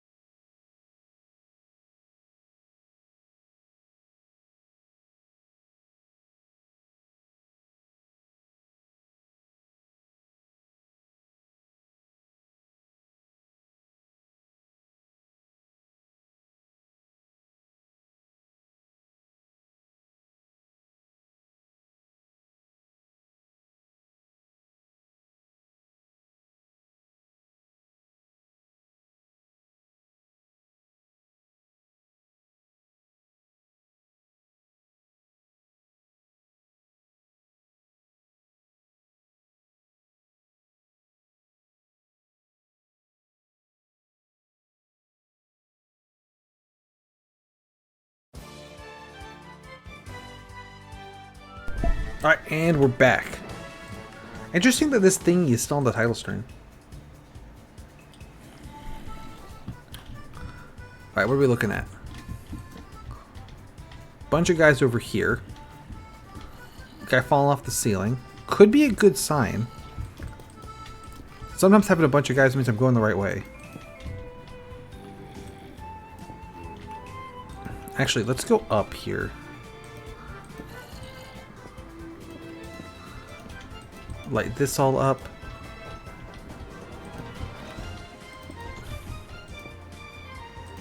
Ooh, we want to be up to this bit. So I can sneak through here. My basic plan at the moment, as is pretty obvious, is just go as many places as I can and light them up to keep guys from spawning there. So that I can do, you know, every place that I light up is a place that is a little bit easier to... Well, for one thing, I've already technically searched it for wool. But also is a little bit easier to come back through if I need to get through there to get to the wool. I'm thinking that there is a wool in this bit of the dungeon. It is absolutely plausible that the wool is by the end of the dungeon. I probably should have started there. But for something is telling me it's in the middle. That might just be because you're able to skip part of this dungeon by using the shortcut. So I'm thinking that John Super Hostile might have realized you can skip the dungeon, and so put some stuff so you can't skip the dungeon. I'm thinking that's a very John Super Hostile kind of move.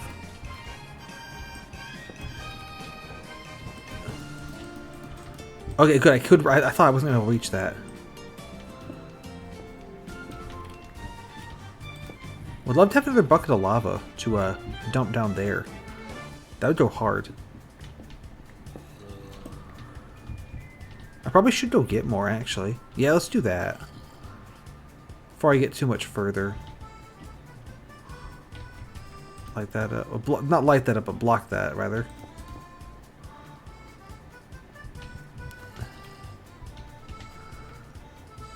Should we get a second bucket, honestly? Hey, welcome back! I have not made a lot of visible progress. It's pretty good. I was just saying, I am fairly certain, like something is telling me that the wool for this is in this bit of the dungeon, and they're not both in Citadel of Demons. I could be wrong, and we could be just fucking around here for no reason at all, which is entirely plausible. But I'm thinking that since there's this shortcut tunnel here, John Super Hostile knew that you can skip half the dungeon. And so in his infinite wickedness, he put something important in the bit of dungeon that you could just go around if you just ignored it. Again, not sure about that. Probably would be worth exploring towards the end of the dungeon. But for some reason I'm thinking it's in the middle. I don't know. Right now I'm backtracking to get another bucket of lava. I should probably actually grab a couple buckets of lava, because they're going to be real useful in this area. And we're already like 90% of the way back to the base anyway. Do I need anything else? No, we're pretty much good on every other front. I'm just going to grab another couple. I'm going to make another couple buckets, and then probably put away some cobblestone. Don't need this much of it. And make probably, I guess, 2 more buckets because I have 2 hotbar slots. Maybe get some food. New armor would be actually good. Yeah, we'll take the opportunity to restock. So, get rid of all this crap.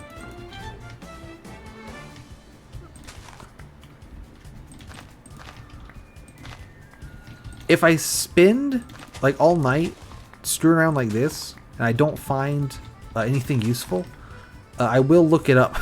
Look up where the red wool is to make sure before next stream. But I'm pretty sure I remember. One thing I don't like about this map is that it doesn't use those brick and glass and glowstone wool boxes. They're just kind of in chests. So it makes it a lot harder to identify than in future ones.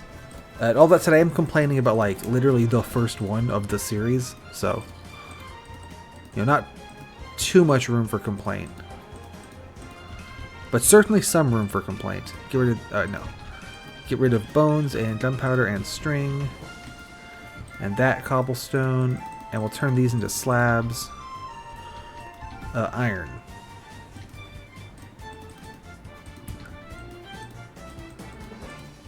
Probably 2 more. I think dumping lava on everything's gonna be a really powerful strategy in this area. So, we'll go all in on that. And by all in, I mean 4 buckets. 4, of course, being all. Oh, I should eat this now. I didn't get any armor, which is kind of a mistake. We should probably get some.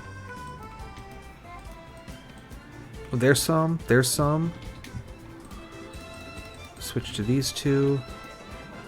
Oh, there's some. Oh, and we got some there. Nice. Let me go put on new armor before I forget. Probably, yeah. I have a bunch of sets of full chainmail. I'll just grab that.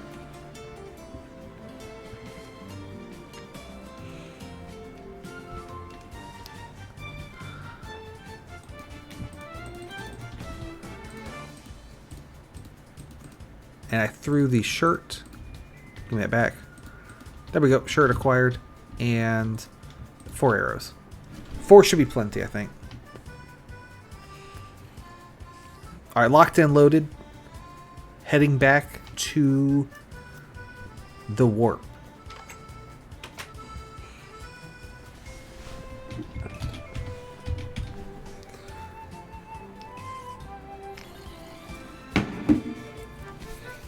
I'm going to pour some lava in that place I found and then kind of screw around like I have been doing.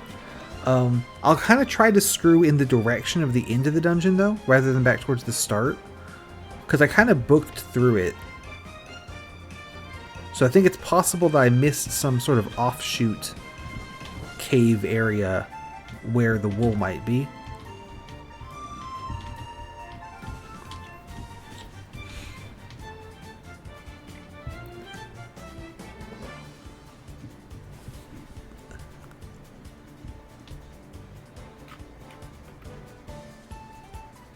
I wish I remembered this one a little bit better, but hey, what can you do?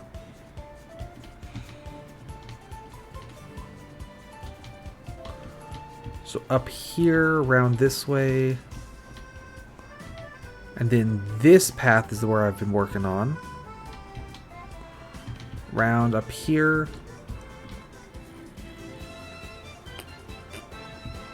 Through here.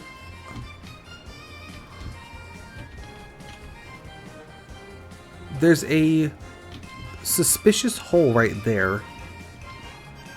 Check that out. I made this path. I was willing to dump lava right there.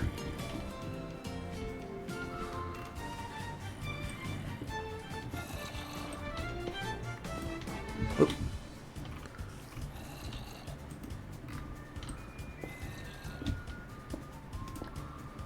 Now there was a suspicious hole up above. Yep, have fun. I will stay here and be exceedingly bad at an old-ass version of Minecraft. But no, have a good time. Have a good one. Thank you, as always, for coming by. Always appreciated. And enjoy the rest of your night.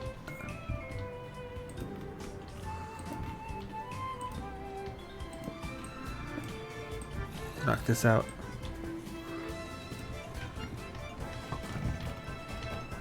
Ow.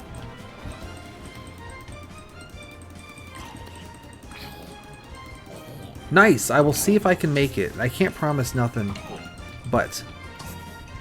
Oh, he's gonna go big. There we go. I do enjoy hanging out with you two, so... It's a lot of fun to listen to the game being played, like, very well, you know, very effectively.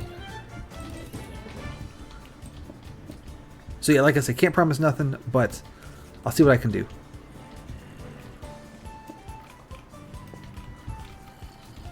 Knock this out. Knock this out. One there, one there, one there. And now we're up here. There's light over there. That's probably my fault that there's light there. So it's probably not worth using as a, like, interesting location marker.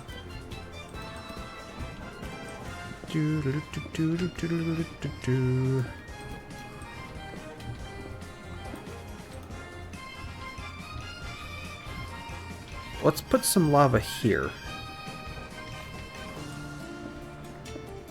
Drill this away. One more bucket to use.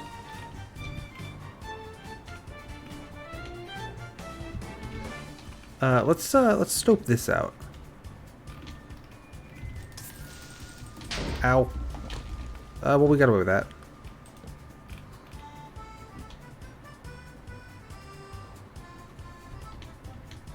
I need to fill this back in, though. Okay. I'm 99% sure that that guy's dying. That light over there is my fault. But I do want to go check it out. See if we can make our way around here. That's a full block. Drop a slab.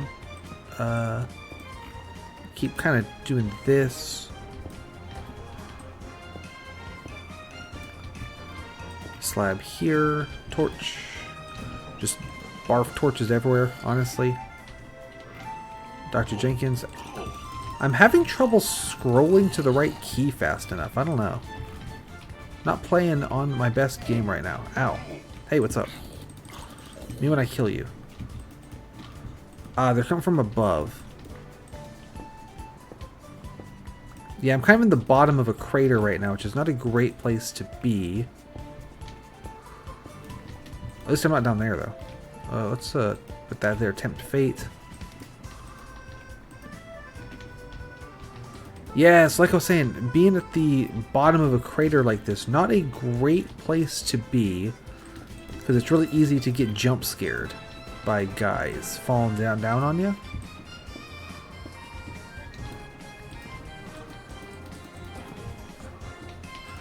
Yep, as expected, that's all my fault over there. Do this. Knock that out. This is why we made the diamond pickaxe. It'll last a lot longer. At least it should. Up here. Knock that out.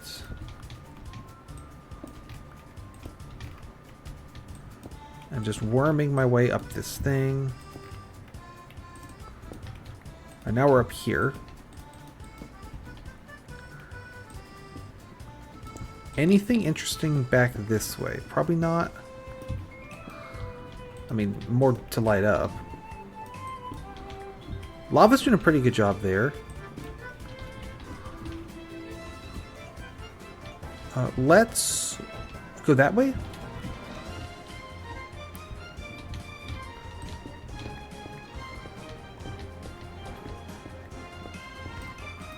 Light that up through here. What am I looking at up here? Oop.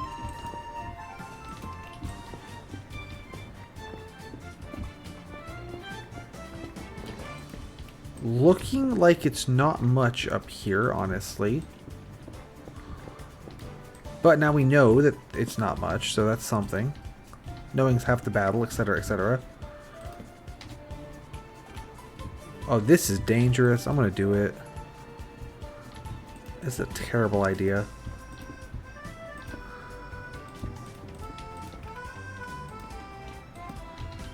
Made it. More torches. Let's get down.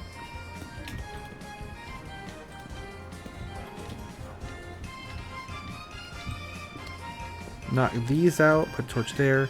I'm back on my little path now. So we did a whole adventure there, not much going on.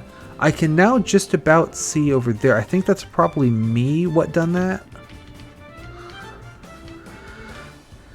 Let me check towards the end of the dungeon now. One thing I can do back here is refill on lava, which would be pretty good. And two things I could do back here are see if the wool's just sort of at the end of the dungeon. Which is possible.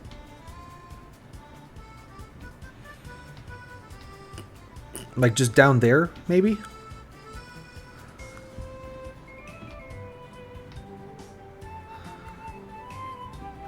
And like it's also we can refill on lava, which is always good.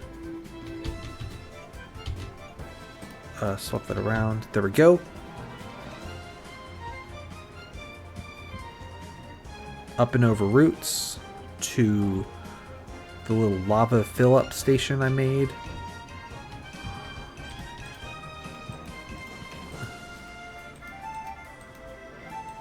There we go, lava acquired. Swap the torches back into the 4th slot. I am out of food. Probably could have brought more, but I am running out of torches too, so it's not that big of a deal.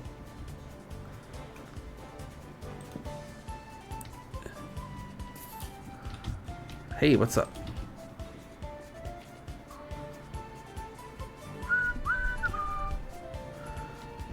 Negotiate this. All right, if I put some lava here, what do we see?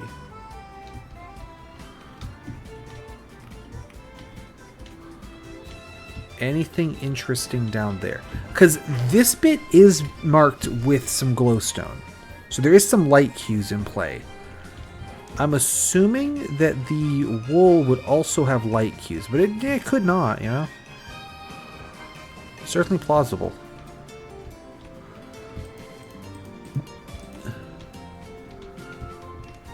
Looks like not much down there.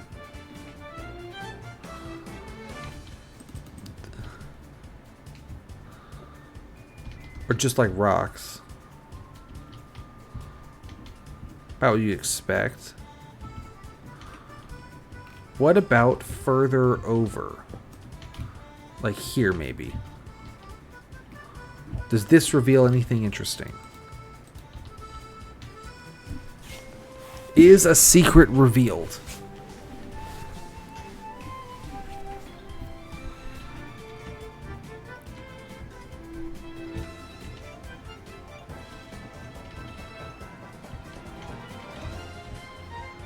At least they can't seem to shoot me when I'm all the way up here. Don't see anything on either side, really.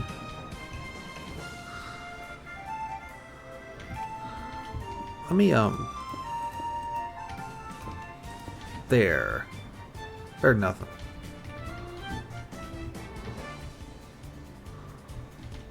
I see anything down here?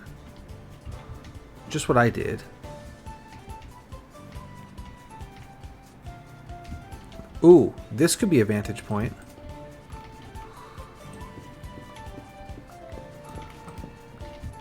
Oh, hey, what's up? Got him. Alright. Fill this in. Keep lighting it up as we go. Alright, this is dangerous here. Yep. That's dangerous. Don't want to be there.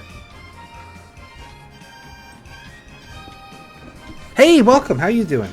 I have been screwing around in planar warp for quite a while now. Oh, first of all, you notice my pickaxe. We found the diamonds.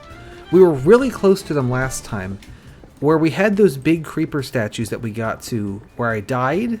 In the next room past that is a big room full of diamond ore. So I dug a bunch of that.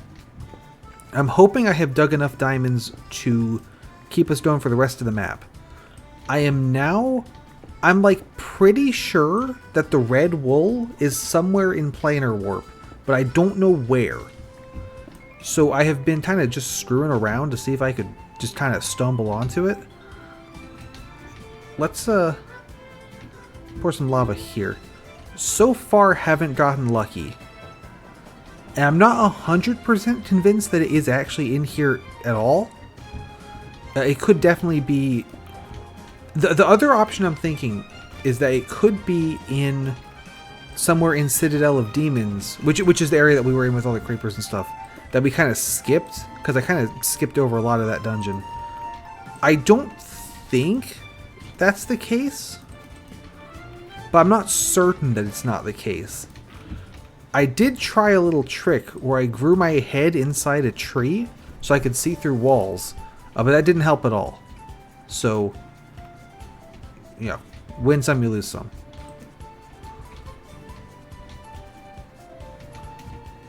So currently my goal is just to sort of pour lava all over this place and see if we find anything interesting. Boom. How are you doing?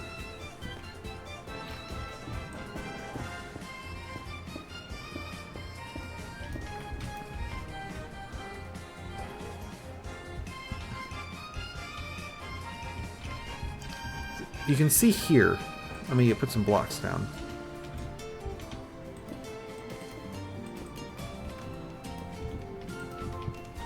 Like, this big shaft I thought had potential for having stuff in it. I'm not seeing anything. There is the chance I have poured lava over the box with the wool in it, which would make it so I can't see the wool box because it'd be behind the lava. I don't think that's likely. It's not impossible.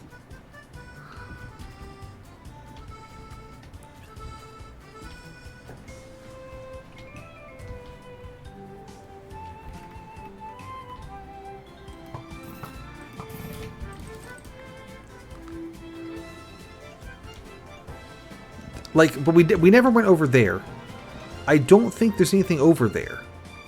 I don't think we need to go over there. But, like, you know, how certain am I of that, right? So I was saying, if I don't find anything by this stream, like if we still have not got the red, I'm just trying to look up where it is. But I think it's in Planar Warp. Oh, that sucks, man. Speaking though of going, yeah, I've had like my right eye is like slightly twitchy, and it's been doing this on and off for like forever. And I definitely probably should go get it checked out, but I really don't want to. So, I've been trying to just like sleep more, and that does actually seem to help a bit. But it's one of those where it's like, I definitely ought to be doing something about this. So I'm sorry you're not doing great neither. You can see over here a slight light coming through that bit of the cave. That is me. I poured lava all over everything.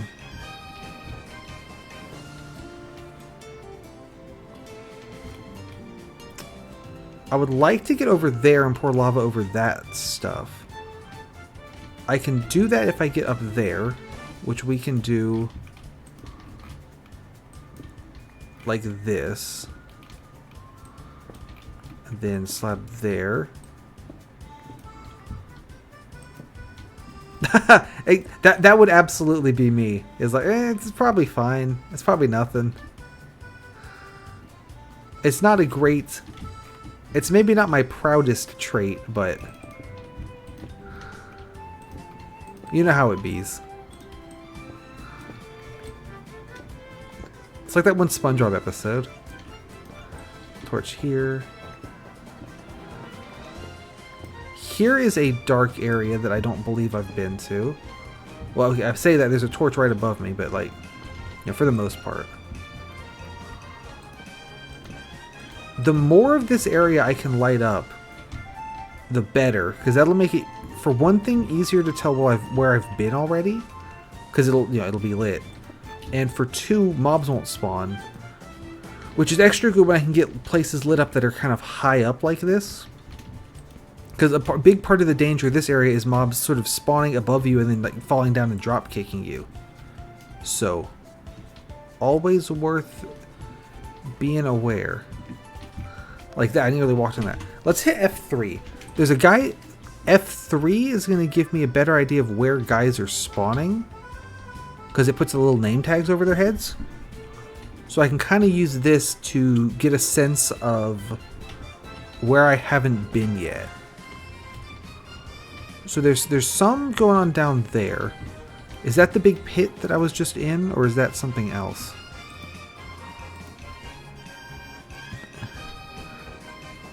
That looks like it's a different big pit. Let's pour some lava. Actually, that might be part of my path, because I see torches. I think this part's safe, though. Safe to pour lava over, I mean. Yeah, this area is very well designed by John's Super Hostile to take advantage of, like, it's really hard to fight mobs that are above you because they'll just drop down. And the shape of this area is very good at exploiting that to make it difficult. Like whenever I'm at like the bottom of one of these little pit things and the guys are at the top of it, like it's really hard for me to fight back against them. Let's get some lava there.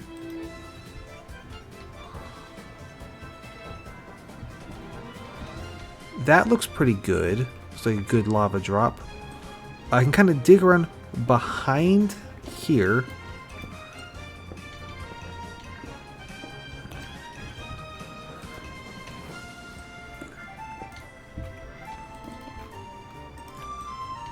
Again, I'm not 100% that this is actually the right thing to be doing.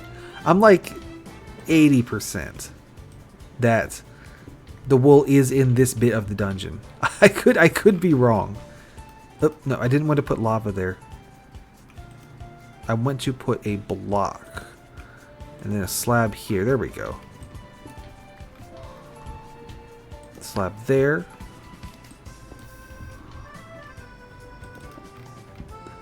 Torch there and there.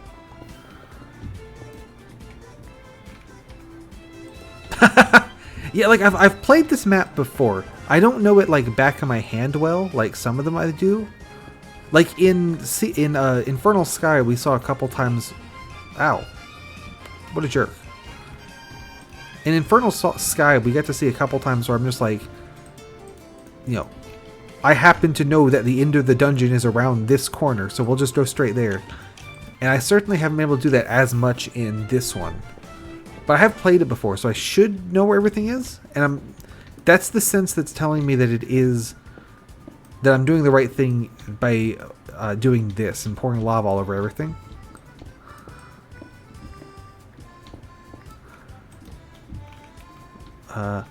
We will knock this out, put a slab down. There is a... Ooh! This looks like something. What do you think? Does this look like a distinct area from the rest of the dungeon? I'm thinking this looks pretty distinct. Distinct city, they call this.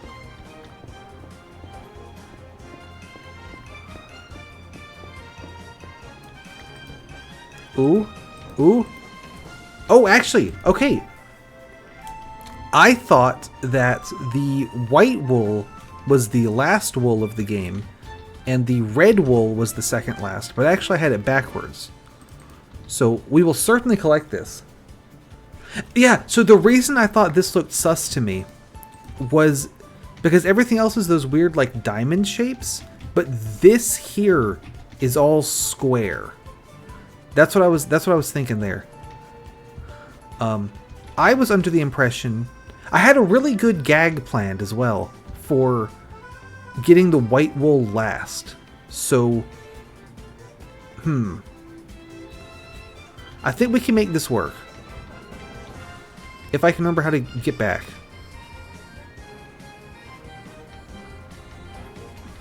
It's that way.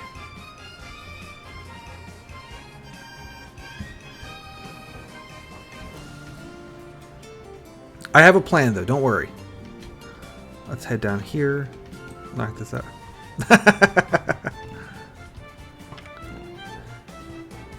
I'm glad we found that. I was worried I was going to just dick around for no reason. With that out of the way, I think I can beat this map tonight.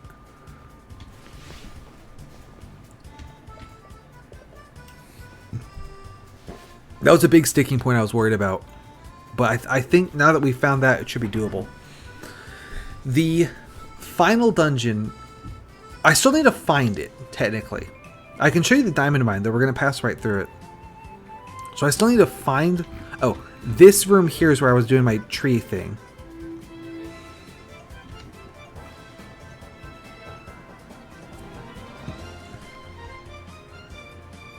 Anyway, so like I was saying, this map is the only one to put the white wool as one of the last ones instead of the first one. We're out of Kirby music. And the reason that the white wool comes so late is because John Super Hostile was worried that people would get the white wool and just dye it all the other colors. But that turned out not to be an issue because the whole point of the game is to collect the wool. So if you're happy to just dye the wool, then like why bother playing the map at all, right? Let me put on some new Kerbo music. The last 2 streams have both been... Oh yeah, that's good. World of Goo 2 music. And I'm still absolutely gooing out. But I felt like that was maybe a little bit much to do 3 in a row of World of Goo 2. Okay, we need to acquire some items. Yeah, and actually, I'm glad you mentioned, because as the series progresses, we see various sort of like anti-cheat, anti-cheesing like a lot of different sort of anti-cheese methods like start becoming part of the map, which is interesting but also frustrating because I like to those are things that I was going to use and now I can't do it. Like in this one, you remember how we spent forever just sort of punching through the stone to get to actually be able to start the map? John Super Hostile wises up to that technique and starts doing things like making all the walls out of silverfish blocks instead of regular stone. So that's much more annoying to dig through the walls. Or things like...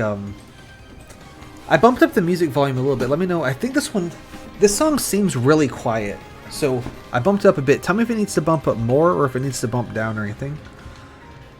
Torches. We'll get more lava. Food. And also, I have a lot of sets of armor. So I'll just get rid of these.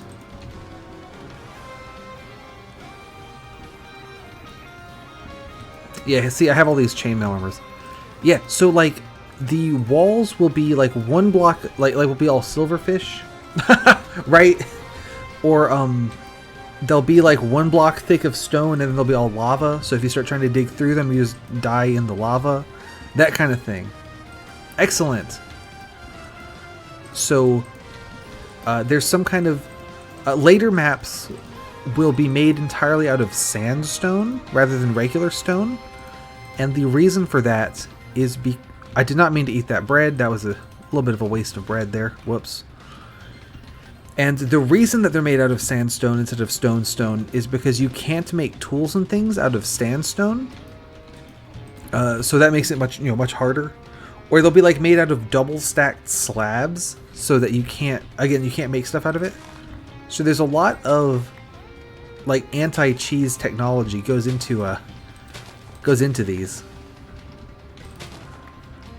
And I'm really excited to get to sort of follow the progression of these, because I really enjoy these maps a ton. Obviously, I wouldn't be playing them 100,000 years later if I didn't. So, yeah, that's all good. Okay, now we need the pièce de résistance. A piston, some levers. Let's make a couple more pistons. In case I drop some. Some redstone.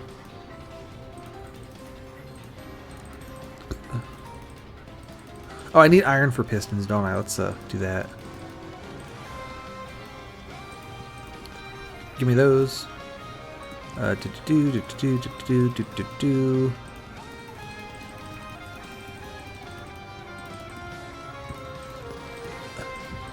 Let there be pistons. And then one more set to make more levers, because I'm probably going to drop some of these. Great. Put away the redstone. I did... there was a pretty good moment earlier where I had dug... I was sort of trying to dig into a bit of the map, right? And there was like a big creeper spawner death trap thing above me. So I had dug out the floor of it so the creepers would just fall into this pit I dug.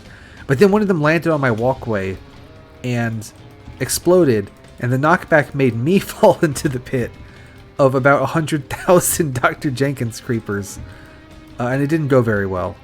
So I had like a stack and a half of TNT that we lost, which was disappointing, but not really a big deal because I don't have a ton of uses for TNT, honestly. Yeah, like it wasn't great, but it was pretty funny and not the worst thing ever.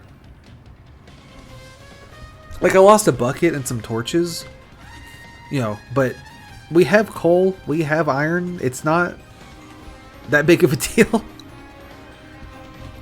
That's one thing about playing a version this old. Like enchanting doesn't exist yet, right? Like there's very few ways to make something so special as to be like a run-ender if you lose it.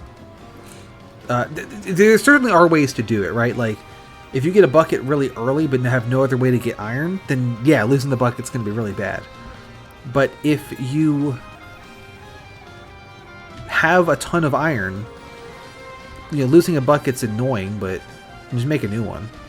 So we're in a, and that's one thing I really like about these is that they tend to, like, once you're supposed to have diamond, you have a lot of diamond, right? So it was this way. That one got close to my path there. Let's light this up. So if I did die and lose this diamond pickaxe, like, I mean, yeah, that would suck, but I have more, right? So it's not that big of a deal. Probably could have done with more swords and tools. That said, with the plan I have, the lava's going to do most of the fighting for us.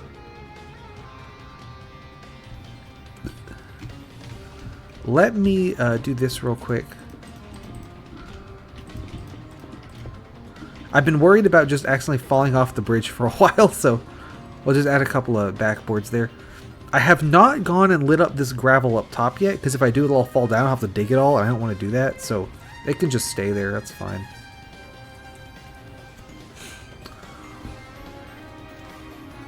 Now we go up and over roots over this lava.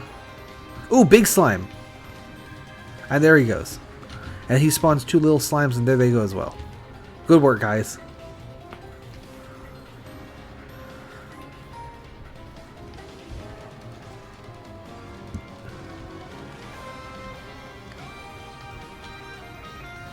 You remember this place.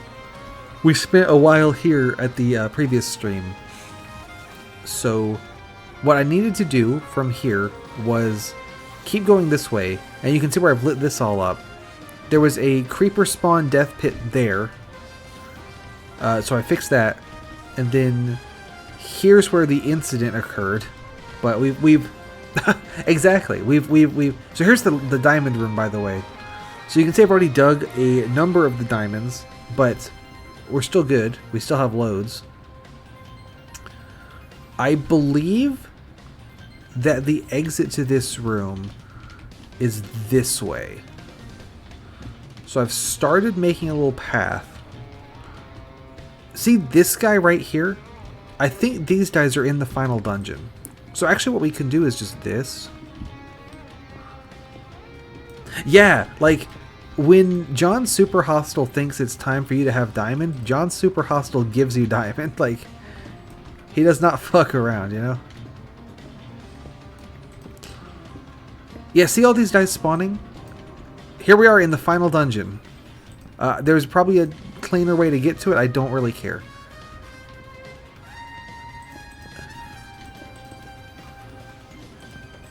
You'll notice a lot of Dr. Jenkins ghasts.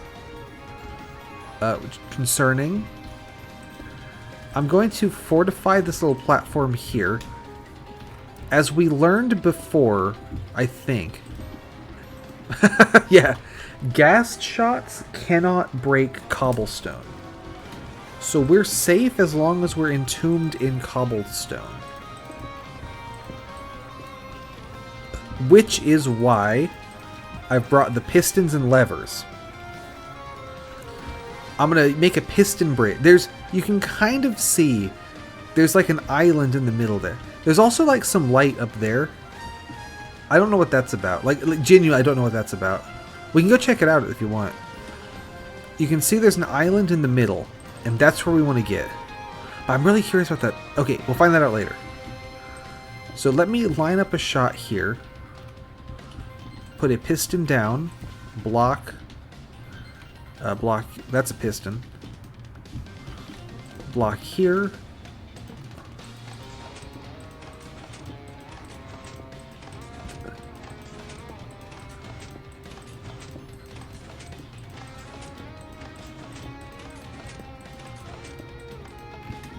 Alright, so the piston has helped make a bridge, which is good.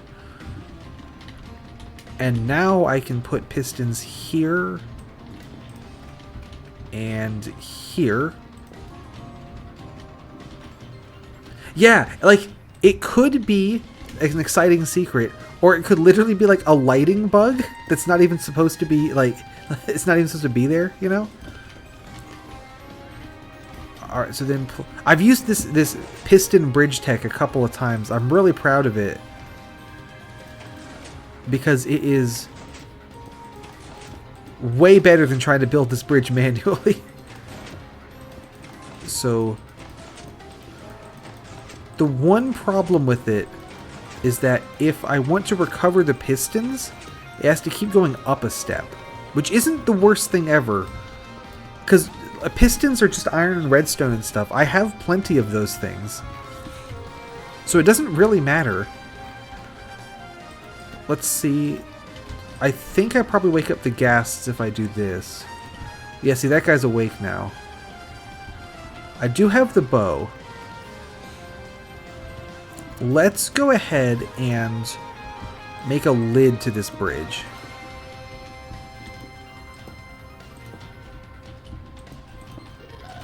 Yep, he's shooting at me now.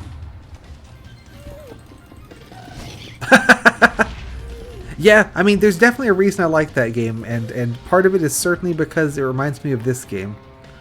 Let's wall this in. How are you? How are you getting on in Infinifactory? By the way, have you made a lot of progress? You liking it? How many welders have you used as well? Alright, so squeeze a block in there. Now, let's block this off too. What I can do is knock... Okay, hear me out. We knock out this light and we put a torch back here. We knock out this block and put a piston facing down. And then we put a piston facing forwards here. Now I need to activate this one on top without, like, dying to death. Can I, like, possibly...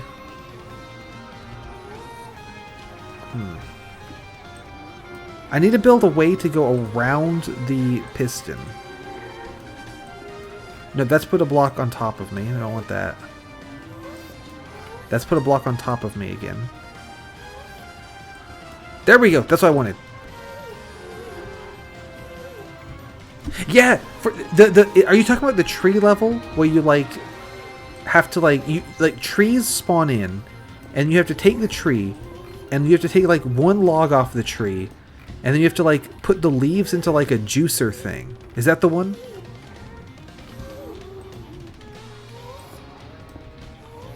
Hey, what's up?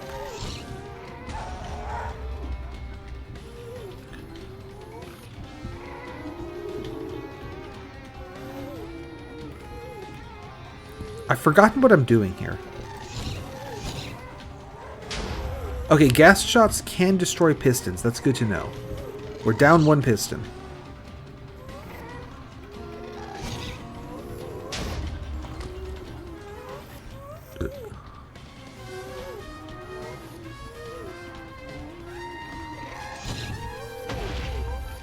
What I'm trying to do is get a block over to the side there. It's not going so well. Like, I need one here, you know? Got it. I had a ton of trouble with that level too, doing it for the minimum welders challenge. And it wasn't even like a thing where it's like, oh, I'm using too many welders. It was just like... Yeah, it was just like, I'm having trouble getting these things to line up in the way I need them to line up. Alright, so we put a downways piston here. Forwardways piston here. Knock out that block. Drop that piston. I need to drop it down one more, though.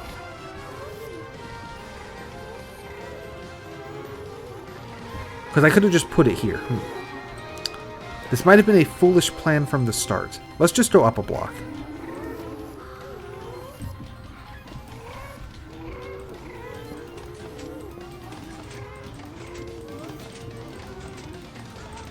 Oh, I've run out of cobblestones.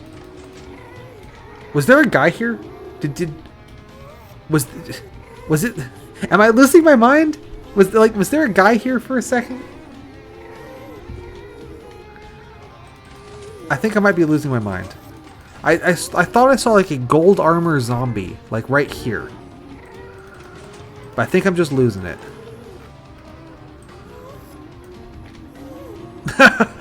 Is this like some fucking Herobrine kind of shit?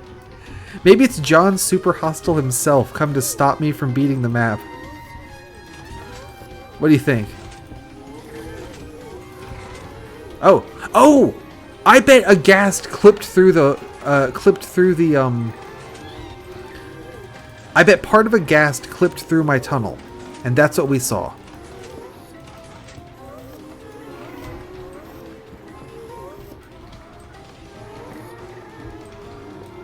Oh, hey, what's up?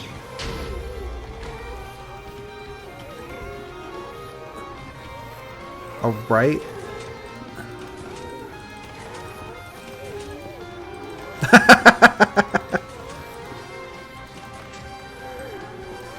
Yeah, but for some reason, I had a ton of trouble doing that, like, tree juicing level as well. And, like, again, not even, like, as a min welders thing. It was just, like, I was having a hard time lining up all the stuff I need to line up for it. So, yeah, I don't blame you at all for that one. Hey, what's up, Ghast? Knock this out. Put a slab in there. Knock these two out. There's a lot of Dr. Jenkins ghasts out there. Alright. So I have a plan, and the plan is let's leave. So what I'm thinking right now is if we get far enough away from all these guys, they will despawn, and I'll have a little bit more room to work. So that is the current. That's the current plan. Is what if we left? Me when I leave. There we go. And then, because I wanted to just walk off of this, and do like that, and then put a torch on it.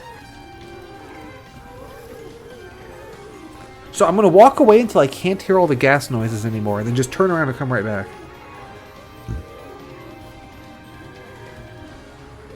Making a ship. Can you remind me a little bit more about that one? Like, what are you making? I put all the parts in the final part, so it's hard to find space. Yeah, definitely. I honestly think one thing I've learned from doing the minimum welder challenge is I do a better job of like spacing out the different assembly zones. You know what I mean? So like, if I need to make part A, B, and C, I make part A over here, and then part B over there, and then part C all the way over there. I think that's something actually I've the minimum welder has actually helped me do better at. Because yeah, it can be really a hassle if you, like, if the final step needs to assemble like 10 different things together. Just finding room for it all to fit together in. Oh, is that the one where we made the 3D printer welder head thing? Is that the one where like the ship spawns in on the conveyor belt and you have to like fix it? No. I know what you're talking about. You're making the whole ship, right? No, that actually helps a ton. It's in the same world as the tree jelly harvest thing, right? And you have to like smush together like the thrusters and the guns on the front and the windshields and then all the blocks to make it up. Yeah, that one's tricky. I feel like that's where the game starts throwing you a lot of like bigger things to work with. I always find it really hard to work with like really big pieces because it's just sort of hard for me to envision like what they're going to end up doing. And that's where the game's really starting to ramp up the size of the pieces you're working with, right?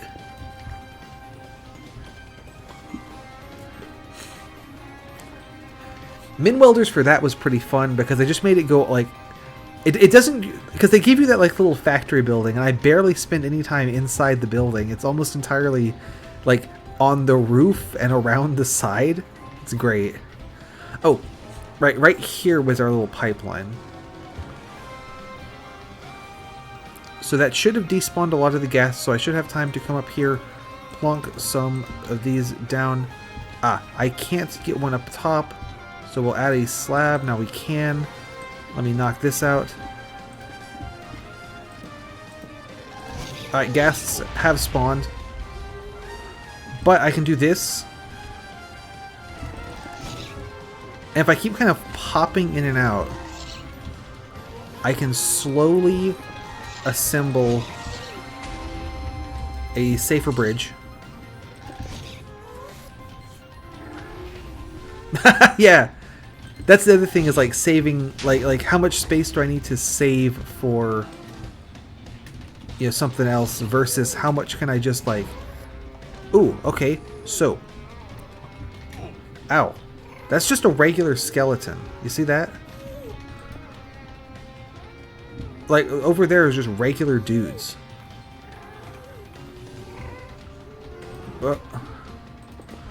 I think what I want to do here, we're gonna lose a piston for it, but if I do this just right, actually we're pretty close. I can afford to do it like this. There we go. So I've got a forwards ways piston. I can slap a lever here. I'm gonna need to go get more cobblestones though.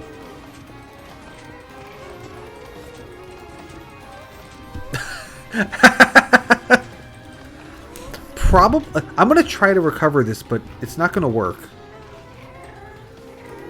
Yep, no, it's gone. All right, hi, Ghast. What's going on? I've been really enjoying the minimum welders thing, but yeah. Though actually, a lot of the time at this point, I feel like the minimum welder solution and the non-minimum welder solutions aren't crazy different. It's just a matter of I need to make a normal solution and then add all the piping in to cart the welders back and forth. Back when we were doing like all the part storage and shit, that was crazy.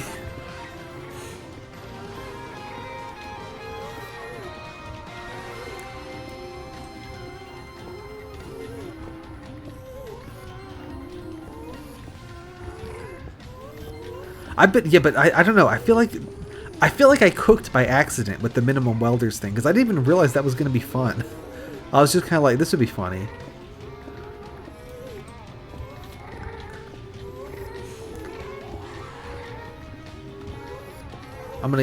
I need more cobblestone is why I'm digging all this out. There we go. That is offset. Let's not worry about it. Yeah, like some levels you have to like do like really differently than how you would do like if you're playing normally. But I feel like some of them is just like make a fairly normal solution and then add the piping for... There was that guy again. That's what it is. I think it's ghasts clipping through. And then like add the piping for the welders to travel.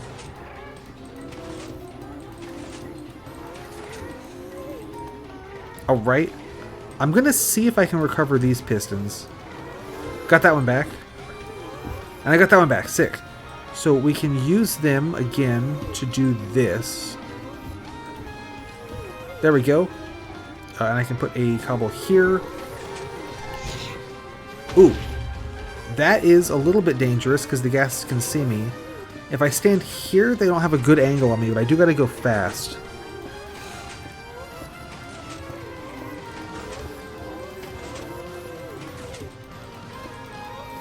Alright, so that's those done.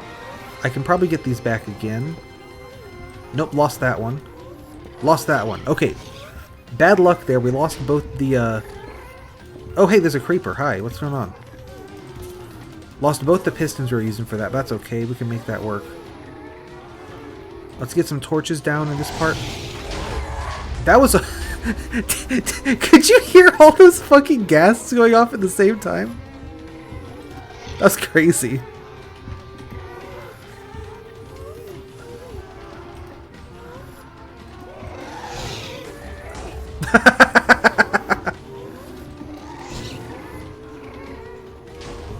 There we go. So I've made a tunnel. Now we saw a creeper spawn over here. So I think that like spawner skeleton pit is like somewhere under the floor here. There we go. Now we're talking. So obviously we're gonna pour lava on it. Me when I kill you. Yep, no, that's true. I have alerted the horde, haven't I?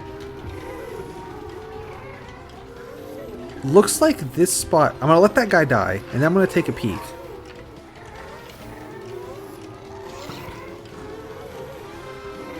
We're not quite over the island yet here, but here's a pretty good spot. Let me scoop this back up. See if it'll stay. Because sometimes lava kind of stays in place even after you've like you've scooped it up, but it'll just stick around.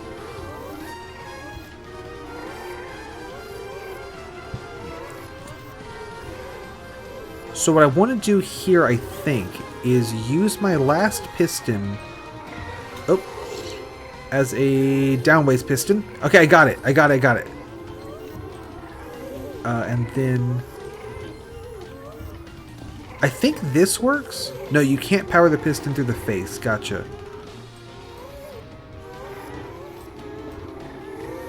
Can I do this? No, it won't let me put that.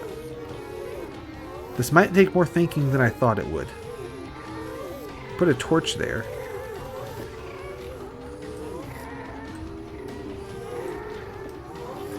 Give me that back. Oh, it's on the wall. Oh.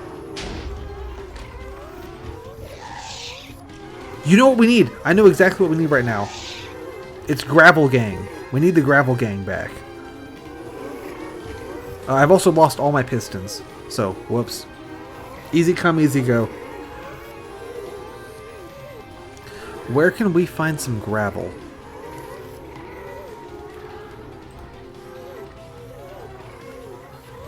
There's a creeper up there. There was gravel here. I appear to have dug it all. You know where we can find gravel, though, is back at the start of this area, which has the nice side effect of getting rid of all these ghasts. So this is like two swords with one stone here. I'm glad that you like Infinifactor, by the way. It's probably one of my, I would say, top 10 games. Yep, we're gonna buy soup at the gravel store. I've been thinking about it. My top 5 is pretty set, but the top 10 is a little looser. I don't think Infinifactory quite cracks top 5, but it definitely cracks top 10. It's a good game, so I'm glad you're enjoying it. I have all my lava still. Right here is boatloads of gravel. So I don't want this gravel because it'll all fall and drop this guy. And me when I kill you. So let's get this. The gravel is going to help us descend onto the island there. That's the plan.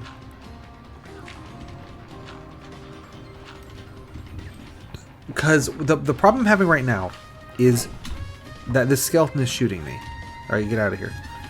But we are a little bit higher than the island is.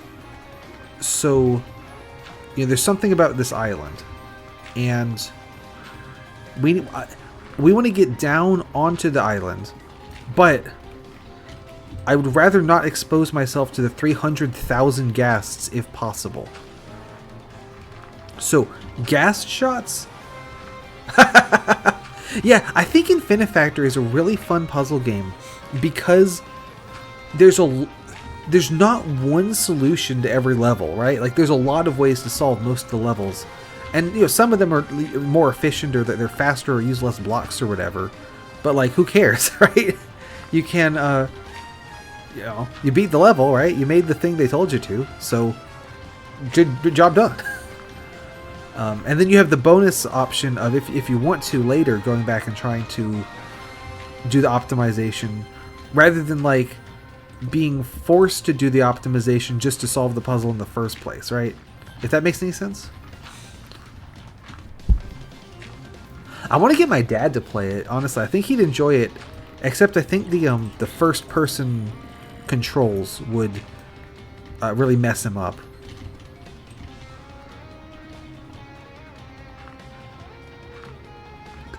So maybe not. But I really like how open it is as a puzzle game.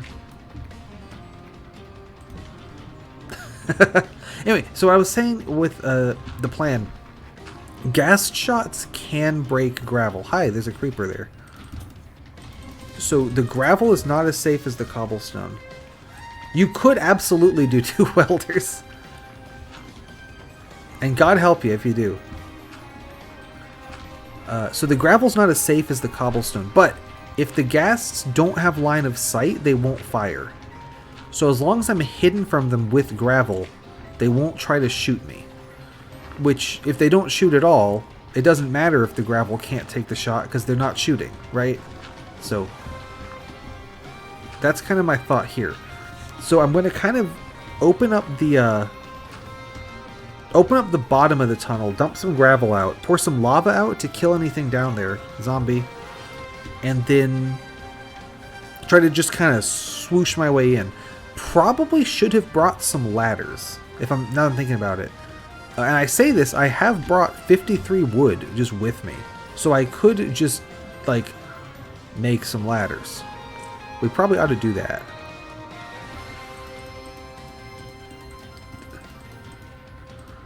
Yeah, if they could like hear you or something, that would be horrible. Like the warden can. Thank God the warden's not in this version. I can't imagine what John Super Hostile would do with it.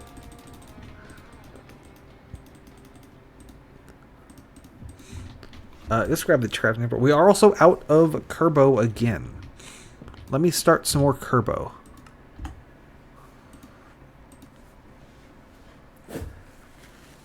That'll do.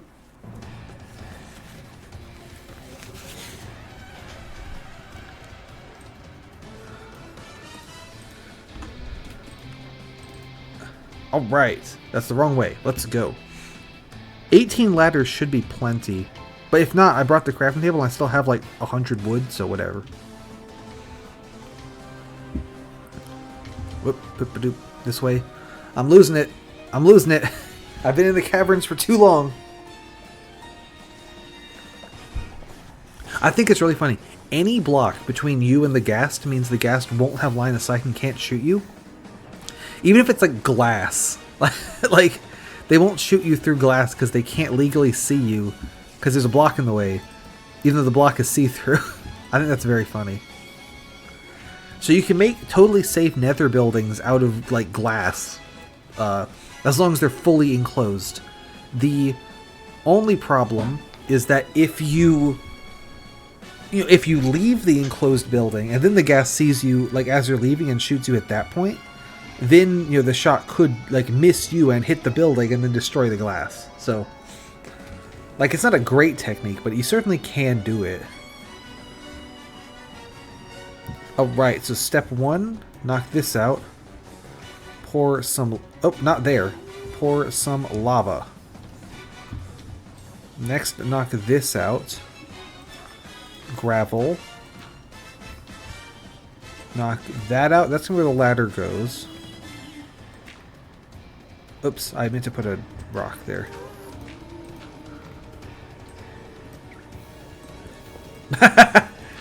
Yeah. Yeah, that's the problem with using glass, is that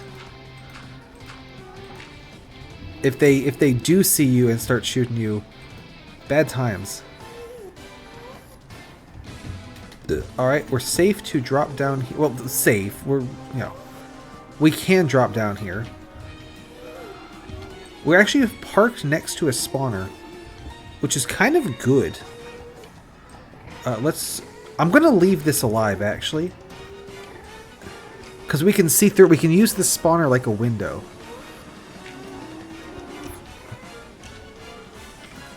So, I think that we want to go that way. How do you feel about mining obsidian on a ladder?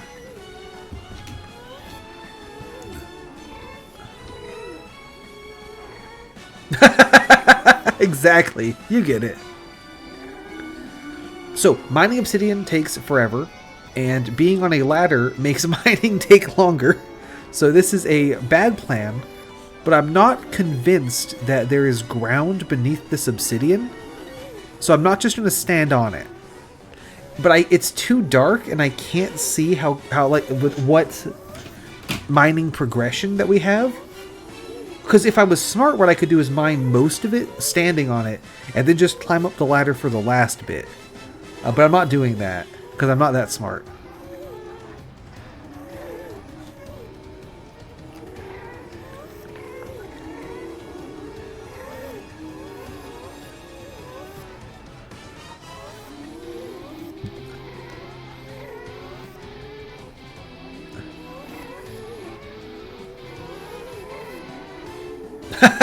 That is true. That is true. It could always be worse. We have successfully mined the obsidian. So, if I dig this block out, the lava that I poured is going to try to flood into my little chamber. I think I'll have time to dump some cobbled stones around it. And if it's really bad, I can come back up here and pick back up the lava. So, the lava cannot flow to the block I'm standing on right now. The ladder will protect me. So I think we're okay to do this.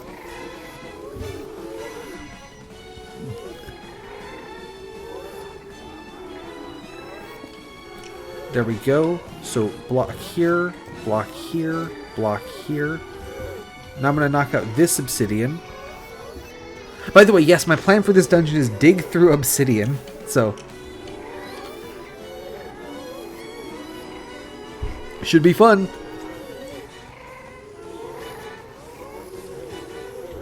Alright, swap in my other lava bucket. I'm going to knock out this and try to get some lava around behind it. Yes, I believe that the ladder prevents mob spawns because it's not a full block. Let me knock this one out. I'm trying to figure out where we go next. You know what I mean?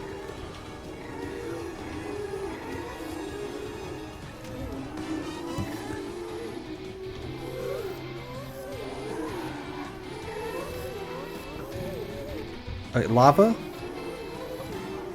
Doesn't seem like it's coming for me. Does seem like there's a skeleton right behind it.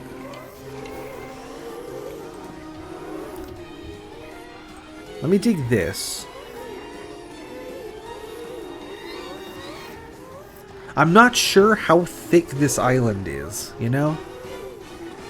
So I want to play it really safe. That looks okay.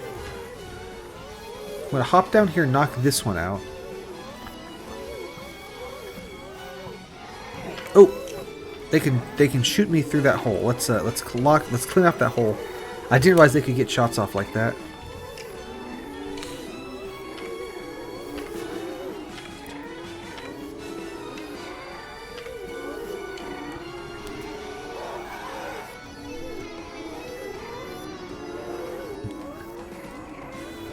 Get another ladder in. I feel like the gas noises are very loud. Are they too loud, or you still can hear me? Let me know if the game volume is too loud. I can turn it down, because it's getting very loud all of a sudden.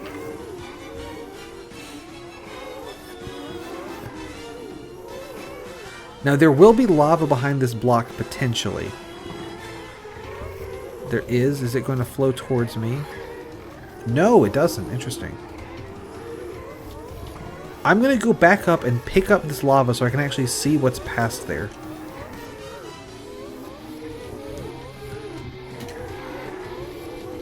I'm trying to get a view through the skeleton spawner. Can't quite tell. There's a lot of skeletons, to be sure. Alright, cool. Let's actually pop a window in here. There's a gas there. Of course there is.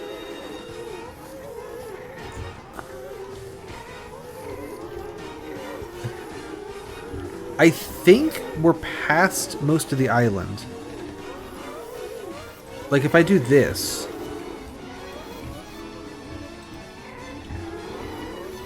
I think there's not much useful, like back here.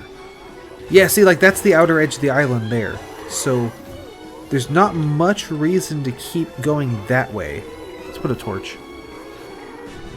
Like, we've hit the goal, you know what I mean? That said, this lava's making it hard to see much of anything. Ow. Ow. There. That will clear out those lava blocks. Now if I dig this out, I can get a cobblestone up there.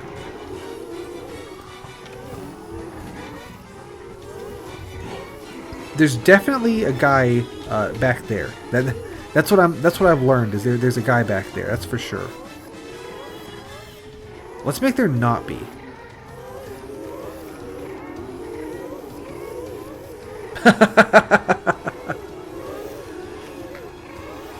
Gonna take a quick detour.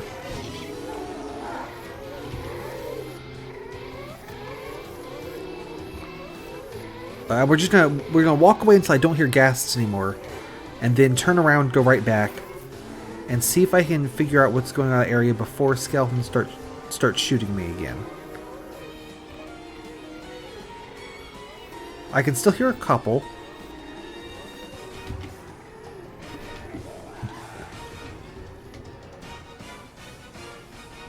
I think they're mostly gone.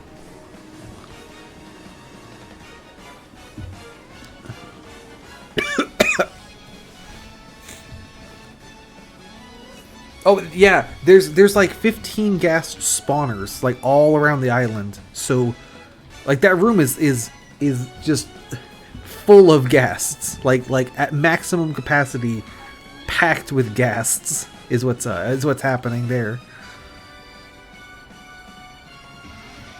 We can work with it though.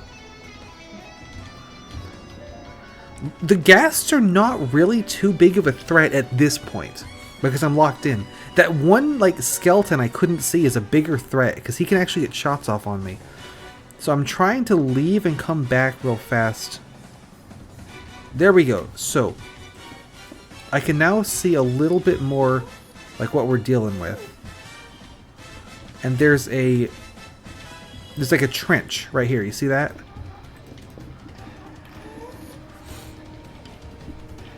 Digging this obsidian is a mistake because it's going to give a lot of time for stuff to spawn, but I don't care. Like that skeleton. I think he's smart enough not to walk into the lava. Oh. But he's not smart enough to not, do that, so not that smart. Block the lava. Slab. Okay. We've got our escape route. I kind of need more cobblestone. What I would like to do here is to roof over this whole corridor. I can't quite reach, it looks like. Ow.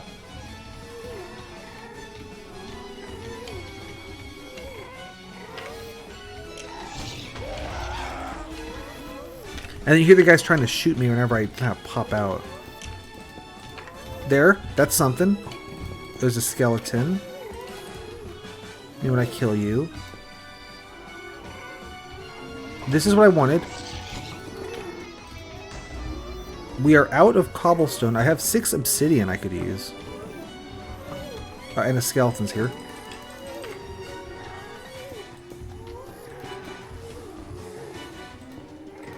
There we go. So, I think that I want to actually go down this lava hole that I've filled with lava.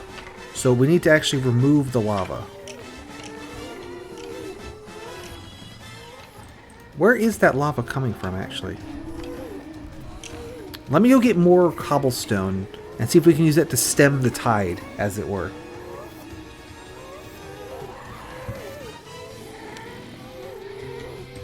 This'll do.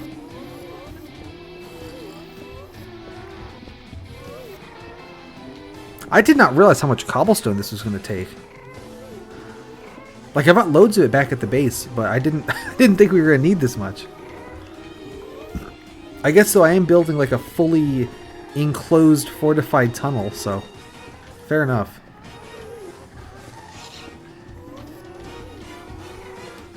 Let me put on more chapstick.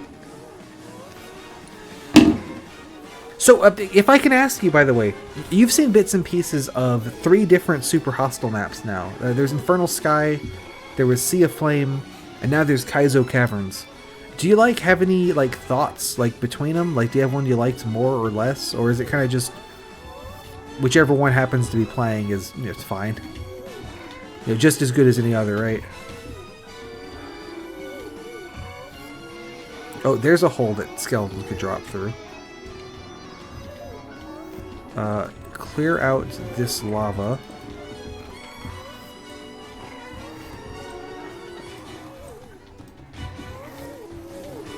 Drop that there. I would prefer there not be lava in this hole that I'm going to ladder down. Swap in my ladders. Ooh, you know what this calls for is Gravel Gang. Actually, this will get rid of lava.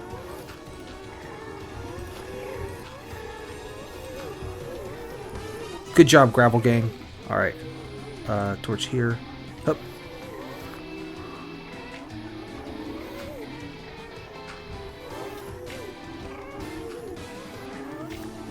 And then gravel here. Gravel there. Torch here. Torch here. And what could this be? Let's, first of all, we need to get some ladders. Super Hostile 4, Kaizo Caverns. You are truly an excellent player. I am proud of you. Map by Vex. Secret code. Dalania will rise. Nope, that's fair. That's secret. Second one was Sea of Flame. So check that out. According to John Super Hostile himself, I'm a truly excellent player. Here's the red wool. Let's go ahead and collect this.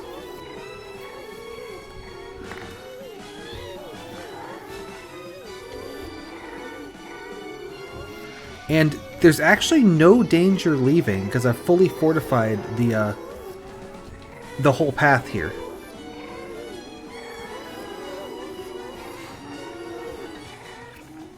Yeah, pretty exciting. So, we can hop down. Doop, doop. That's why I made that little staircase. So I dug diamonds for like half an hour, and I ended up needing 12. Because I needed 9 to make the block, and then 3 to make this pickaxe. So, I kind of overestimated how many diamonds we were going to need. But that's okay.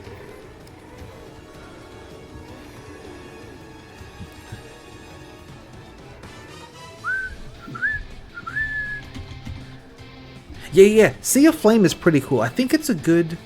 My favorite is Infernal Sky, but that's kind of because it's easy. Sea of Flame is really good. I like a lot in Sea of Flame that the... Yeah, exactly. Just ignore the gas. It's fine. I like in Sea of Flame that each dungeon is clearly labeled, and each dungeon has exactly 1 wool in it. I think that's something that both Kaizo Caverns and Infernal Sky don't do well, is that some dungeons have multiple wools in them, but it's not clear which ones have multiple. So, like, you're kind of just, like, looking around for no reason sometimes. I think that's a bit of a weakness, so I think Sea of Flame is really good for that. I don't like in Sea of Flame that the white, like, the dungeon labeled Dungeon 01 is really hard, and you should, like, skip it and come back later. That seems weird to me, but, you know, fair enough. I like the theming of... Well, I like all of them, the theming where it's, like, trying to be, like, a cohesive world more so than a series of dungeons. Some of them really get into that kind of thing. I think that's really cool. I've gone the wrong way, though, which is not really cool. Back to the base is down these stairs. Yeah, level 1 in Sea of Flame was like really hard. That's like with it had like a gas spawner and everything. It was crazy. That's not the last time we're gonna see one where the first dungeon is substantially harder than the next couple. So, you know, prep air for that.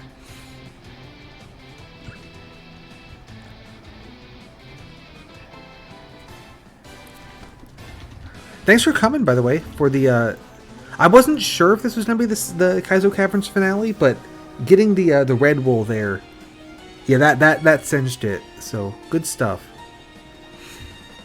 No, getting the white wool, I guess. I thought for sure that the red wool was the one in Planar Warp, and the white wool was taking the place of the black wool, which is usually the last wool, and was in Citadel of Demons.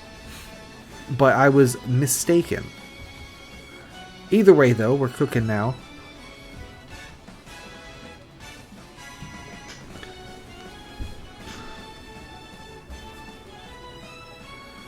Hopefully, this music lasts long enough because it's pretty good. It's a pretty good choice for this one. So, number 1, we can put red wool on the monument and put it in the chest. Number 2. Yeah, I'm glad you made it. Number 2. First of all, we got the white wool, so we can finally finish the trans flag I've been making. There we go. Less important than that, we can actually beat the map. See, that was what I wanted to do. Was I wanted the last wool to be like, you know, we do this, and then, you know, less important than that, put the wool actually beat the map. So, we have now beaten. We got every wool. We got the 3 blocks. We're good to go. This map does offer the bonus goal to touch grass. Now, where the grass is, do you remember in Gassed Hell that random little light spot we saw way up in the back corner? There is 1 block of grass up there. So to complete... Also, when you dig grass, it turns into dirt. So to complete this monument, you basically need to take a bunch of dirt and make a giant chain of dirt all the way up to where that grass is, and then very slowly wait until it grows, and then you I'm not gonna do that. I was gonna put it to a vote if you wanted me to do that. I'm not doing that. But like, it'd be like, but then of course we don't have that much dirt, right? So I'd have to like keep recycling the dirt, you know? And it would take forever, so we're not going to do that. I hope that's acceptable for you. Is that we don't do the mastery monument because it's really stupid. This is the only map that has a mastery monument like this, so I think it's more of an experiment that John Super Hostile was trying that didn't quite work. At least in my humble opinion. Unless you really want to see the mastery monument, you know, let me know now.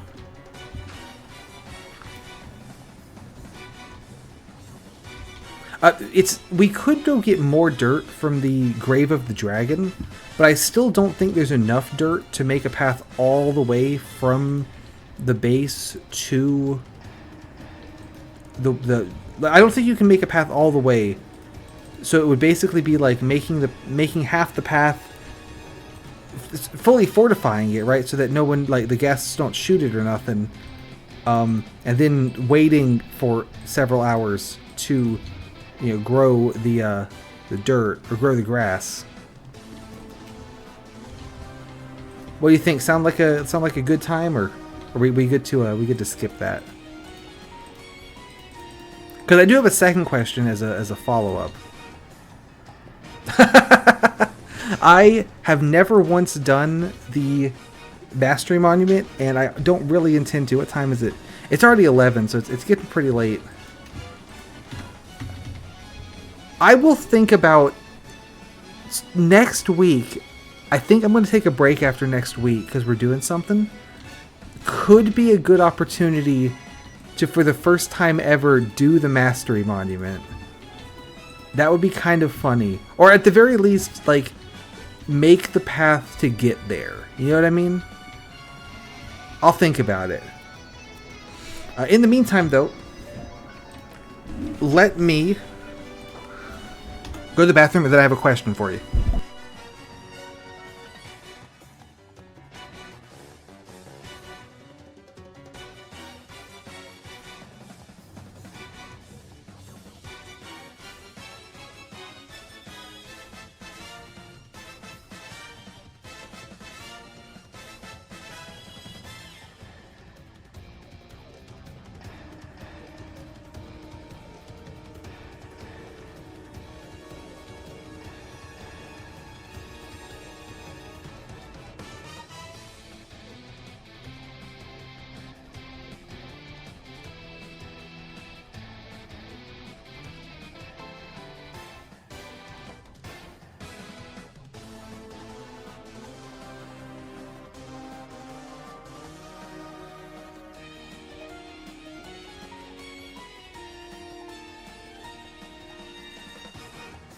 That's right, and I'm going to try to figure out how to do a Twitch poll. How do I do a poll? Is it like... Google, help me. Hello, Dr. Google. How do I do a Twitch poll?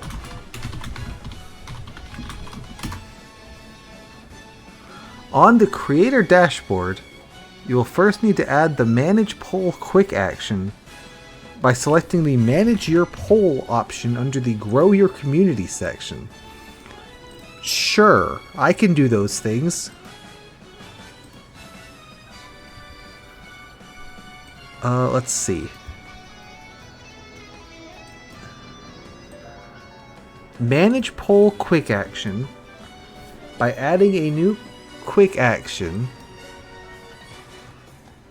and selecting the Manage Your Poll. What the? What does this mean? On your dashboard, for your first poll, click Create a New Poll if you have never created a poll before. On my dashboard. Okay, where's my dashboard? Is that here?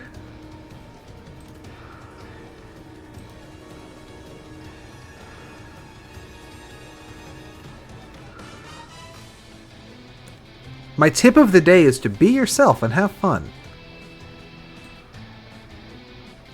So I think that's a pretty good tip. It's not really helping me though as far as the poll thing.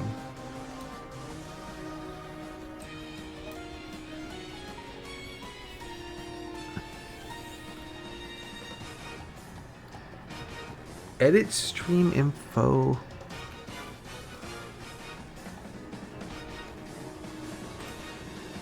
I see Roles Manager. That rhymes with polls, so we might be getting close. On your dashboard, free poll, please create a poll.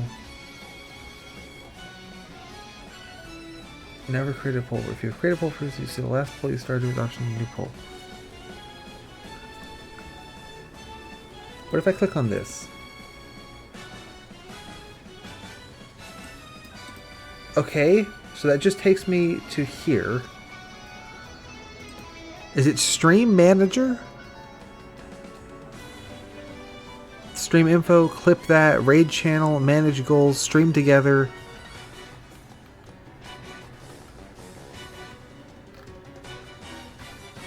I don't see poll as an option. Maybe I haven't unlocked polls yet. Is that the problem? Do I need to be... Do I need to be a good streamer to get unlock polls?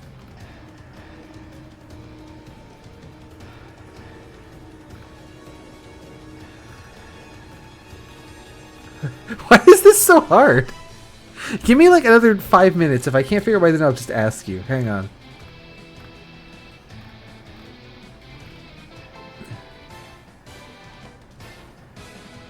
Ah, that's what it is. I'm not a good enough streamer to have unlocked polls yet. It's the same reason I don't have Impossible Game Challenges daily points. So that's the problem. The 50 followers thing is impossible, and also to have more than 3 viewers at a time is also impossible. So I will merely ask you with words because I have 1 viewer. Okay, so the next one that we play. We have played Kaizo Caverns, we have played Sea of Flame, and we've played Infernal Sky. Here's the remaining options. Sunburn Islands, Legendary, Canopy Carnage, and Black Desert. Right? Like, I kind of understand why they don't let me have Impossible Game Challenges daily points. Until I'm, like, proved that, like, I have a viewer sometimes, right? But, like, come on, let me do a poll. Anyway, you're the deciding vote here, so which of these should I do next?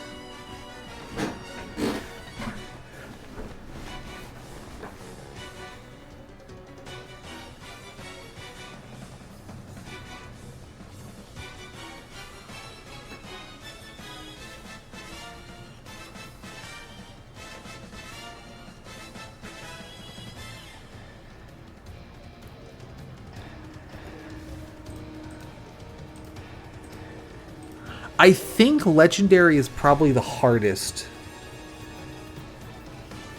I can give you a little preview, actually, of them. Sunburn Islands is like on an sand islands, water. I'm not gonna move, but Legendary is very sandstone heavy. This is a really long map. Yeah, see over here. There are many areas and environments in the map. It's similar to Kaizo Caverns, but with more variety. This map... Oh, also this has my favorite rule. Number 6, I hate you, die in a fire. That's a classic rule. We could do Canopy Carnage, which starts up here, and you can kind of see off on the side, because there's like a portal in the way. There's like... This was like shitloads of trees. And final option, Black Desert, is a desert that is dark. So it's a what you see is what you get, really. I don't want to like start moving around and like playing them and stuff. Let me play these again so that they end up in the right order.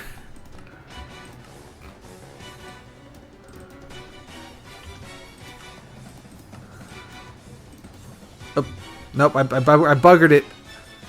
I'm ruining it.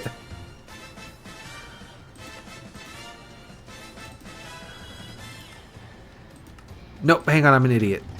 First Infernal Sky, then Sea of Flame, and then Kaizo Caverns. Alright, there. Yeah, Legendary is a very long and very difficult map. Sunburn Islands is easier. I was going to make you make the choice with no lore at all, but I like talking about them, so you're in luck today. Sunburn Islands is easier. It's not... None of these are like easy, right? Sunburn Islands is easier. And, Canopy Carnage... Sunburn Islands and Legendary are both the kind of style where they have like demarcated dungeons. Legendary is one... I'm out of Kerbo. Legendary is similar to Kaizo Caverns that we just played, in that it's the linear branching style, which means that you have one area, like for example Humble Start, and you go through that area, and then once you're through that area, then you go to the next, like going through that area, you get to intersection 2, where there's 3 more areas to go to, and you pick one of those, you do that, and you get to intersection 3, that kind of thing. Sunburn Islands is more like Infernal Sky and Sea of Flame, where everything's just kind of all spread around, and you just do whatever order you want. But it's still got clearly Sunburn Islands is very similar to Sea of Flame, I would say. It's got the demarcated dungeons, but they're all spread around in whatever order you want to do them in. Canopy Carnage and Black Desert are both most similar to Infernal Sky, but they don't even have like named areas. They're very like open worldy, and you just kind of screw around and stumble onto things whenever you can. If that helps at all.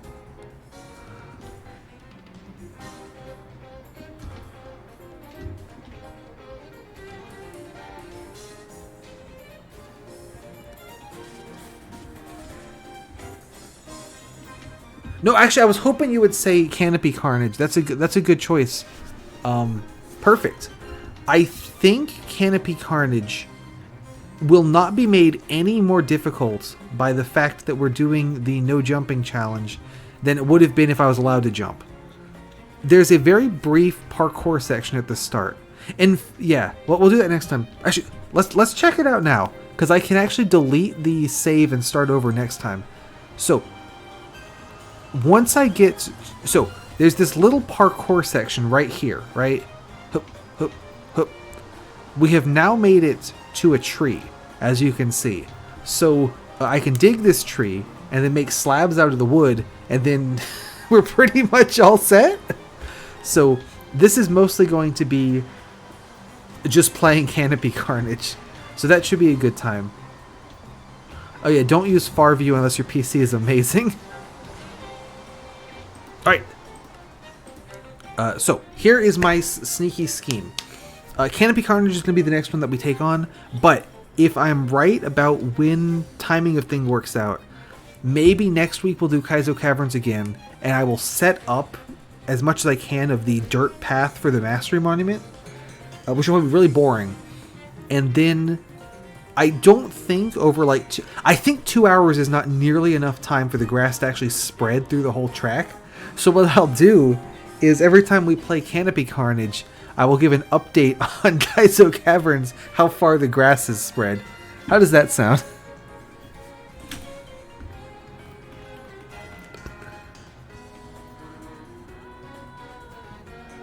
Like, I'll keep loading the map up when I'm just like not doing anything and just like sitting there for the grass to grow. Awesome. So that'll be what we do. So I'll give like status reports on Kaizo Caverns, but mostly we'll focus on Canopy Carnage. Sounds great.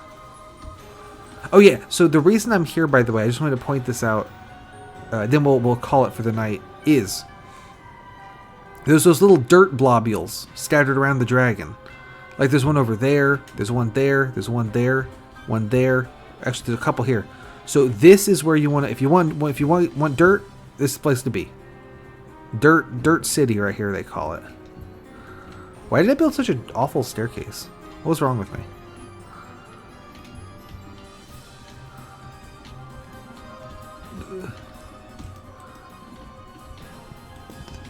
I actually wanted to drop down by one. If I am down here, the lava will light the path for me. See, so I don't even need to waste torches. I can just like, there we go. We're cooking now.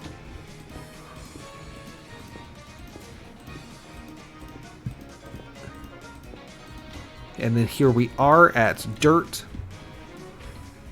Oh, is that guy trying to shoot me? I'd rather he didn't do that. Let me get a bucket of dirt, or a bucket of lava even, and then I can do this to kind of shore up the lava from flowing back into the dirt chamber. There's more dirt there. Ooh, interesting. That one juts out in a weird way.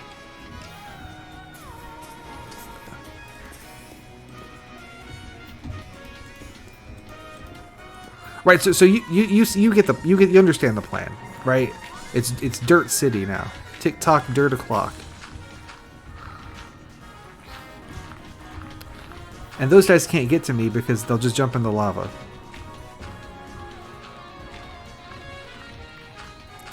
So next Thursday is going to be like an hour of this, and then an hour of placing the dirt.